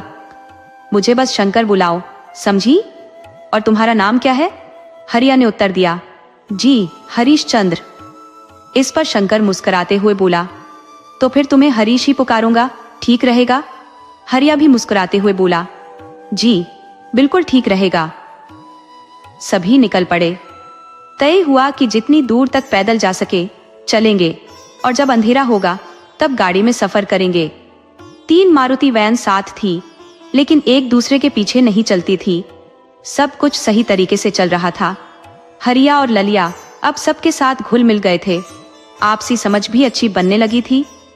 दिल्ली से निकलते समय सभी ने मास्क और साबुन साथ लिया था, परंतु जैसे जैसे आपसी मेल जोल बढ़ता गया, मास्क का इस्तेमाल केवल पुलिस कर्मियों के सामने दिखावे तक सीमित हो गया। चलते चलते जब सभी थक जाते तो कहीं रास्ते में रुक जाते। एक बार ऐसे ही रुके तो हरिया ने मौका देखकर ललिया से बात करने की ठानी। थोड़ा नाराजगी से हरिया बोला, जब सबसे बातें करती हो तो मुंह क्यों नहीं ढक लेती? मास्क का इस्तेमाल क्यों नहीं करती? ललिया बोली, मास्क लगाऊंगी तो सब बुरा मान जाएंगे, सोचेंगे कि एक तो साथ ले जा रहे हैं और ऊपर से। हरिया बीच में ही बोल पड़ा, अरे बुरा क्यों मानेंगे? क्या उन्हें इस वक्त की स्थिति का कोई भान नहीं है? हरिया की बात ललिया को सही लगी, इसलिए उसने और अधिक विरोध नहीं किया। हरिया ने फिर कहा, धीरे धीरे सारे पैसे खर्च हो रहे हैं, क्या इस बीमारी को घर वालों के लिए उपहार के रूप में ले जाना चाहती हो? ललिया पहले से ही डरी हुई थी, लेकिन हरिया की बात ने उसे भीतर तक कंपा दिया। उसने हरिया को वादा किया कि आगे से वह इन बातों का ख्याल रखेगी। हरियाली ने जो ठान लिया, अब उससे पीछे हटने का सवाल ही नहीं था। सबकी थकान धीरे धीरे बढ़ रही थी, लेकिन मंजिल के करीब पहुंचने की चाह और तीव्र होती जा रही थी। शंकर को आशा थी कि कल का सूरज वह हाजीपुर की धरती पर देखेगा। उसने हरिया से कहा, देख भाई हरीश, अब तो हाजीपुर पहुंच गया है, यहाँ से मुजफ्फरपुर भी कुछ दूर नहीं। 1-2 दिन आराम कर ले, फिर मैं खुद तुझे तेरे गांव तक छोड़ आऊंगा और ललिता बहन को भी घर पहुंचा दूंगा। शंकर ने मुस्कुराते हुए ललिता से कहा, क्या तुझे अपने शंकर भैया पर भरोसा नहीं है? ये सुनकर ललिता की आंखें नम हो गईं।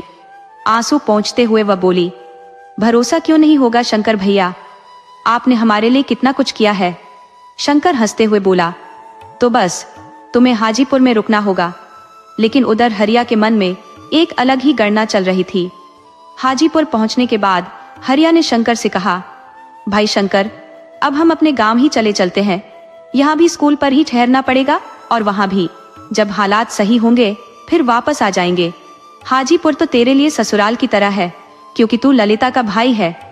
शंकर की आंखें भर आईं, लेकिन उसने भावनाओं पर काबू पाते हुए हरिया को गले लगा लिया। शंकर थोड़ा जिद्दी और ठेठ मिजाज का आदमी था। बोला, ठीक है, थोड़ा शाम ढलने दो, फिर निकलते हैं। जैसे ही अंधेरा हुआ, तीनों बाइक पर सवार हुए और छुपते छुपाते हरिया के गांव की ओर रवाना हो गए। गांव पहुंचते ही दिल्ली की यादें ललिया के मन में उमड़ने लगी। रात के करीब 8:30 बजे थे और ललिया का मन अतीत की स्मृतियों से भर आया। हरिया ने घर पर खबर भेज दी थी कि वह और ललिया गांव के स्कूल में ठहरे हुए हैं। उधर हरिया देख रहा था कि गांव वालों ने कितनी शानदार व्यवस्था कर रखी है। इस स्कूल में कुछ जाने पहचाने लोग भी मिल गए जो विभिन्न दिशाओं से लौट कर आए थे। कुछ लोग कह रहे थे कि अब शहर वापस नहीं लौटेंगे, जबकि अन्य का मानना था कि समय बदलते ही फिर से जाना होगा। रोजी रोटी की जरूरतें जो ठहरी। हरिया सबकी बातों को ध्यान से सुन रहा था, मगर मन में एक ठोस निर्णय ले चुका था कि उसे वापसी करनी है या नहीं।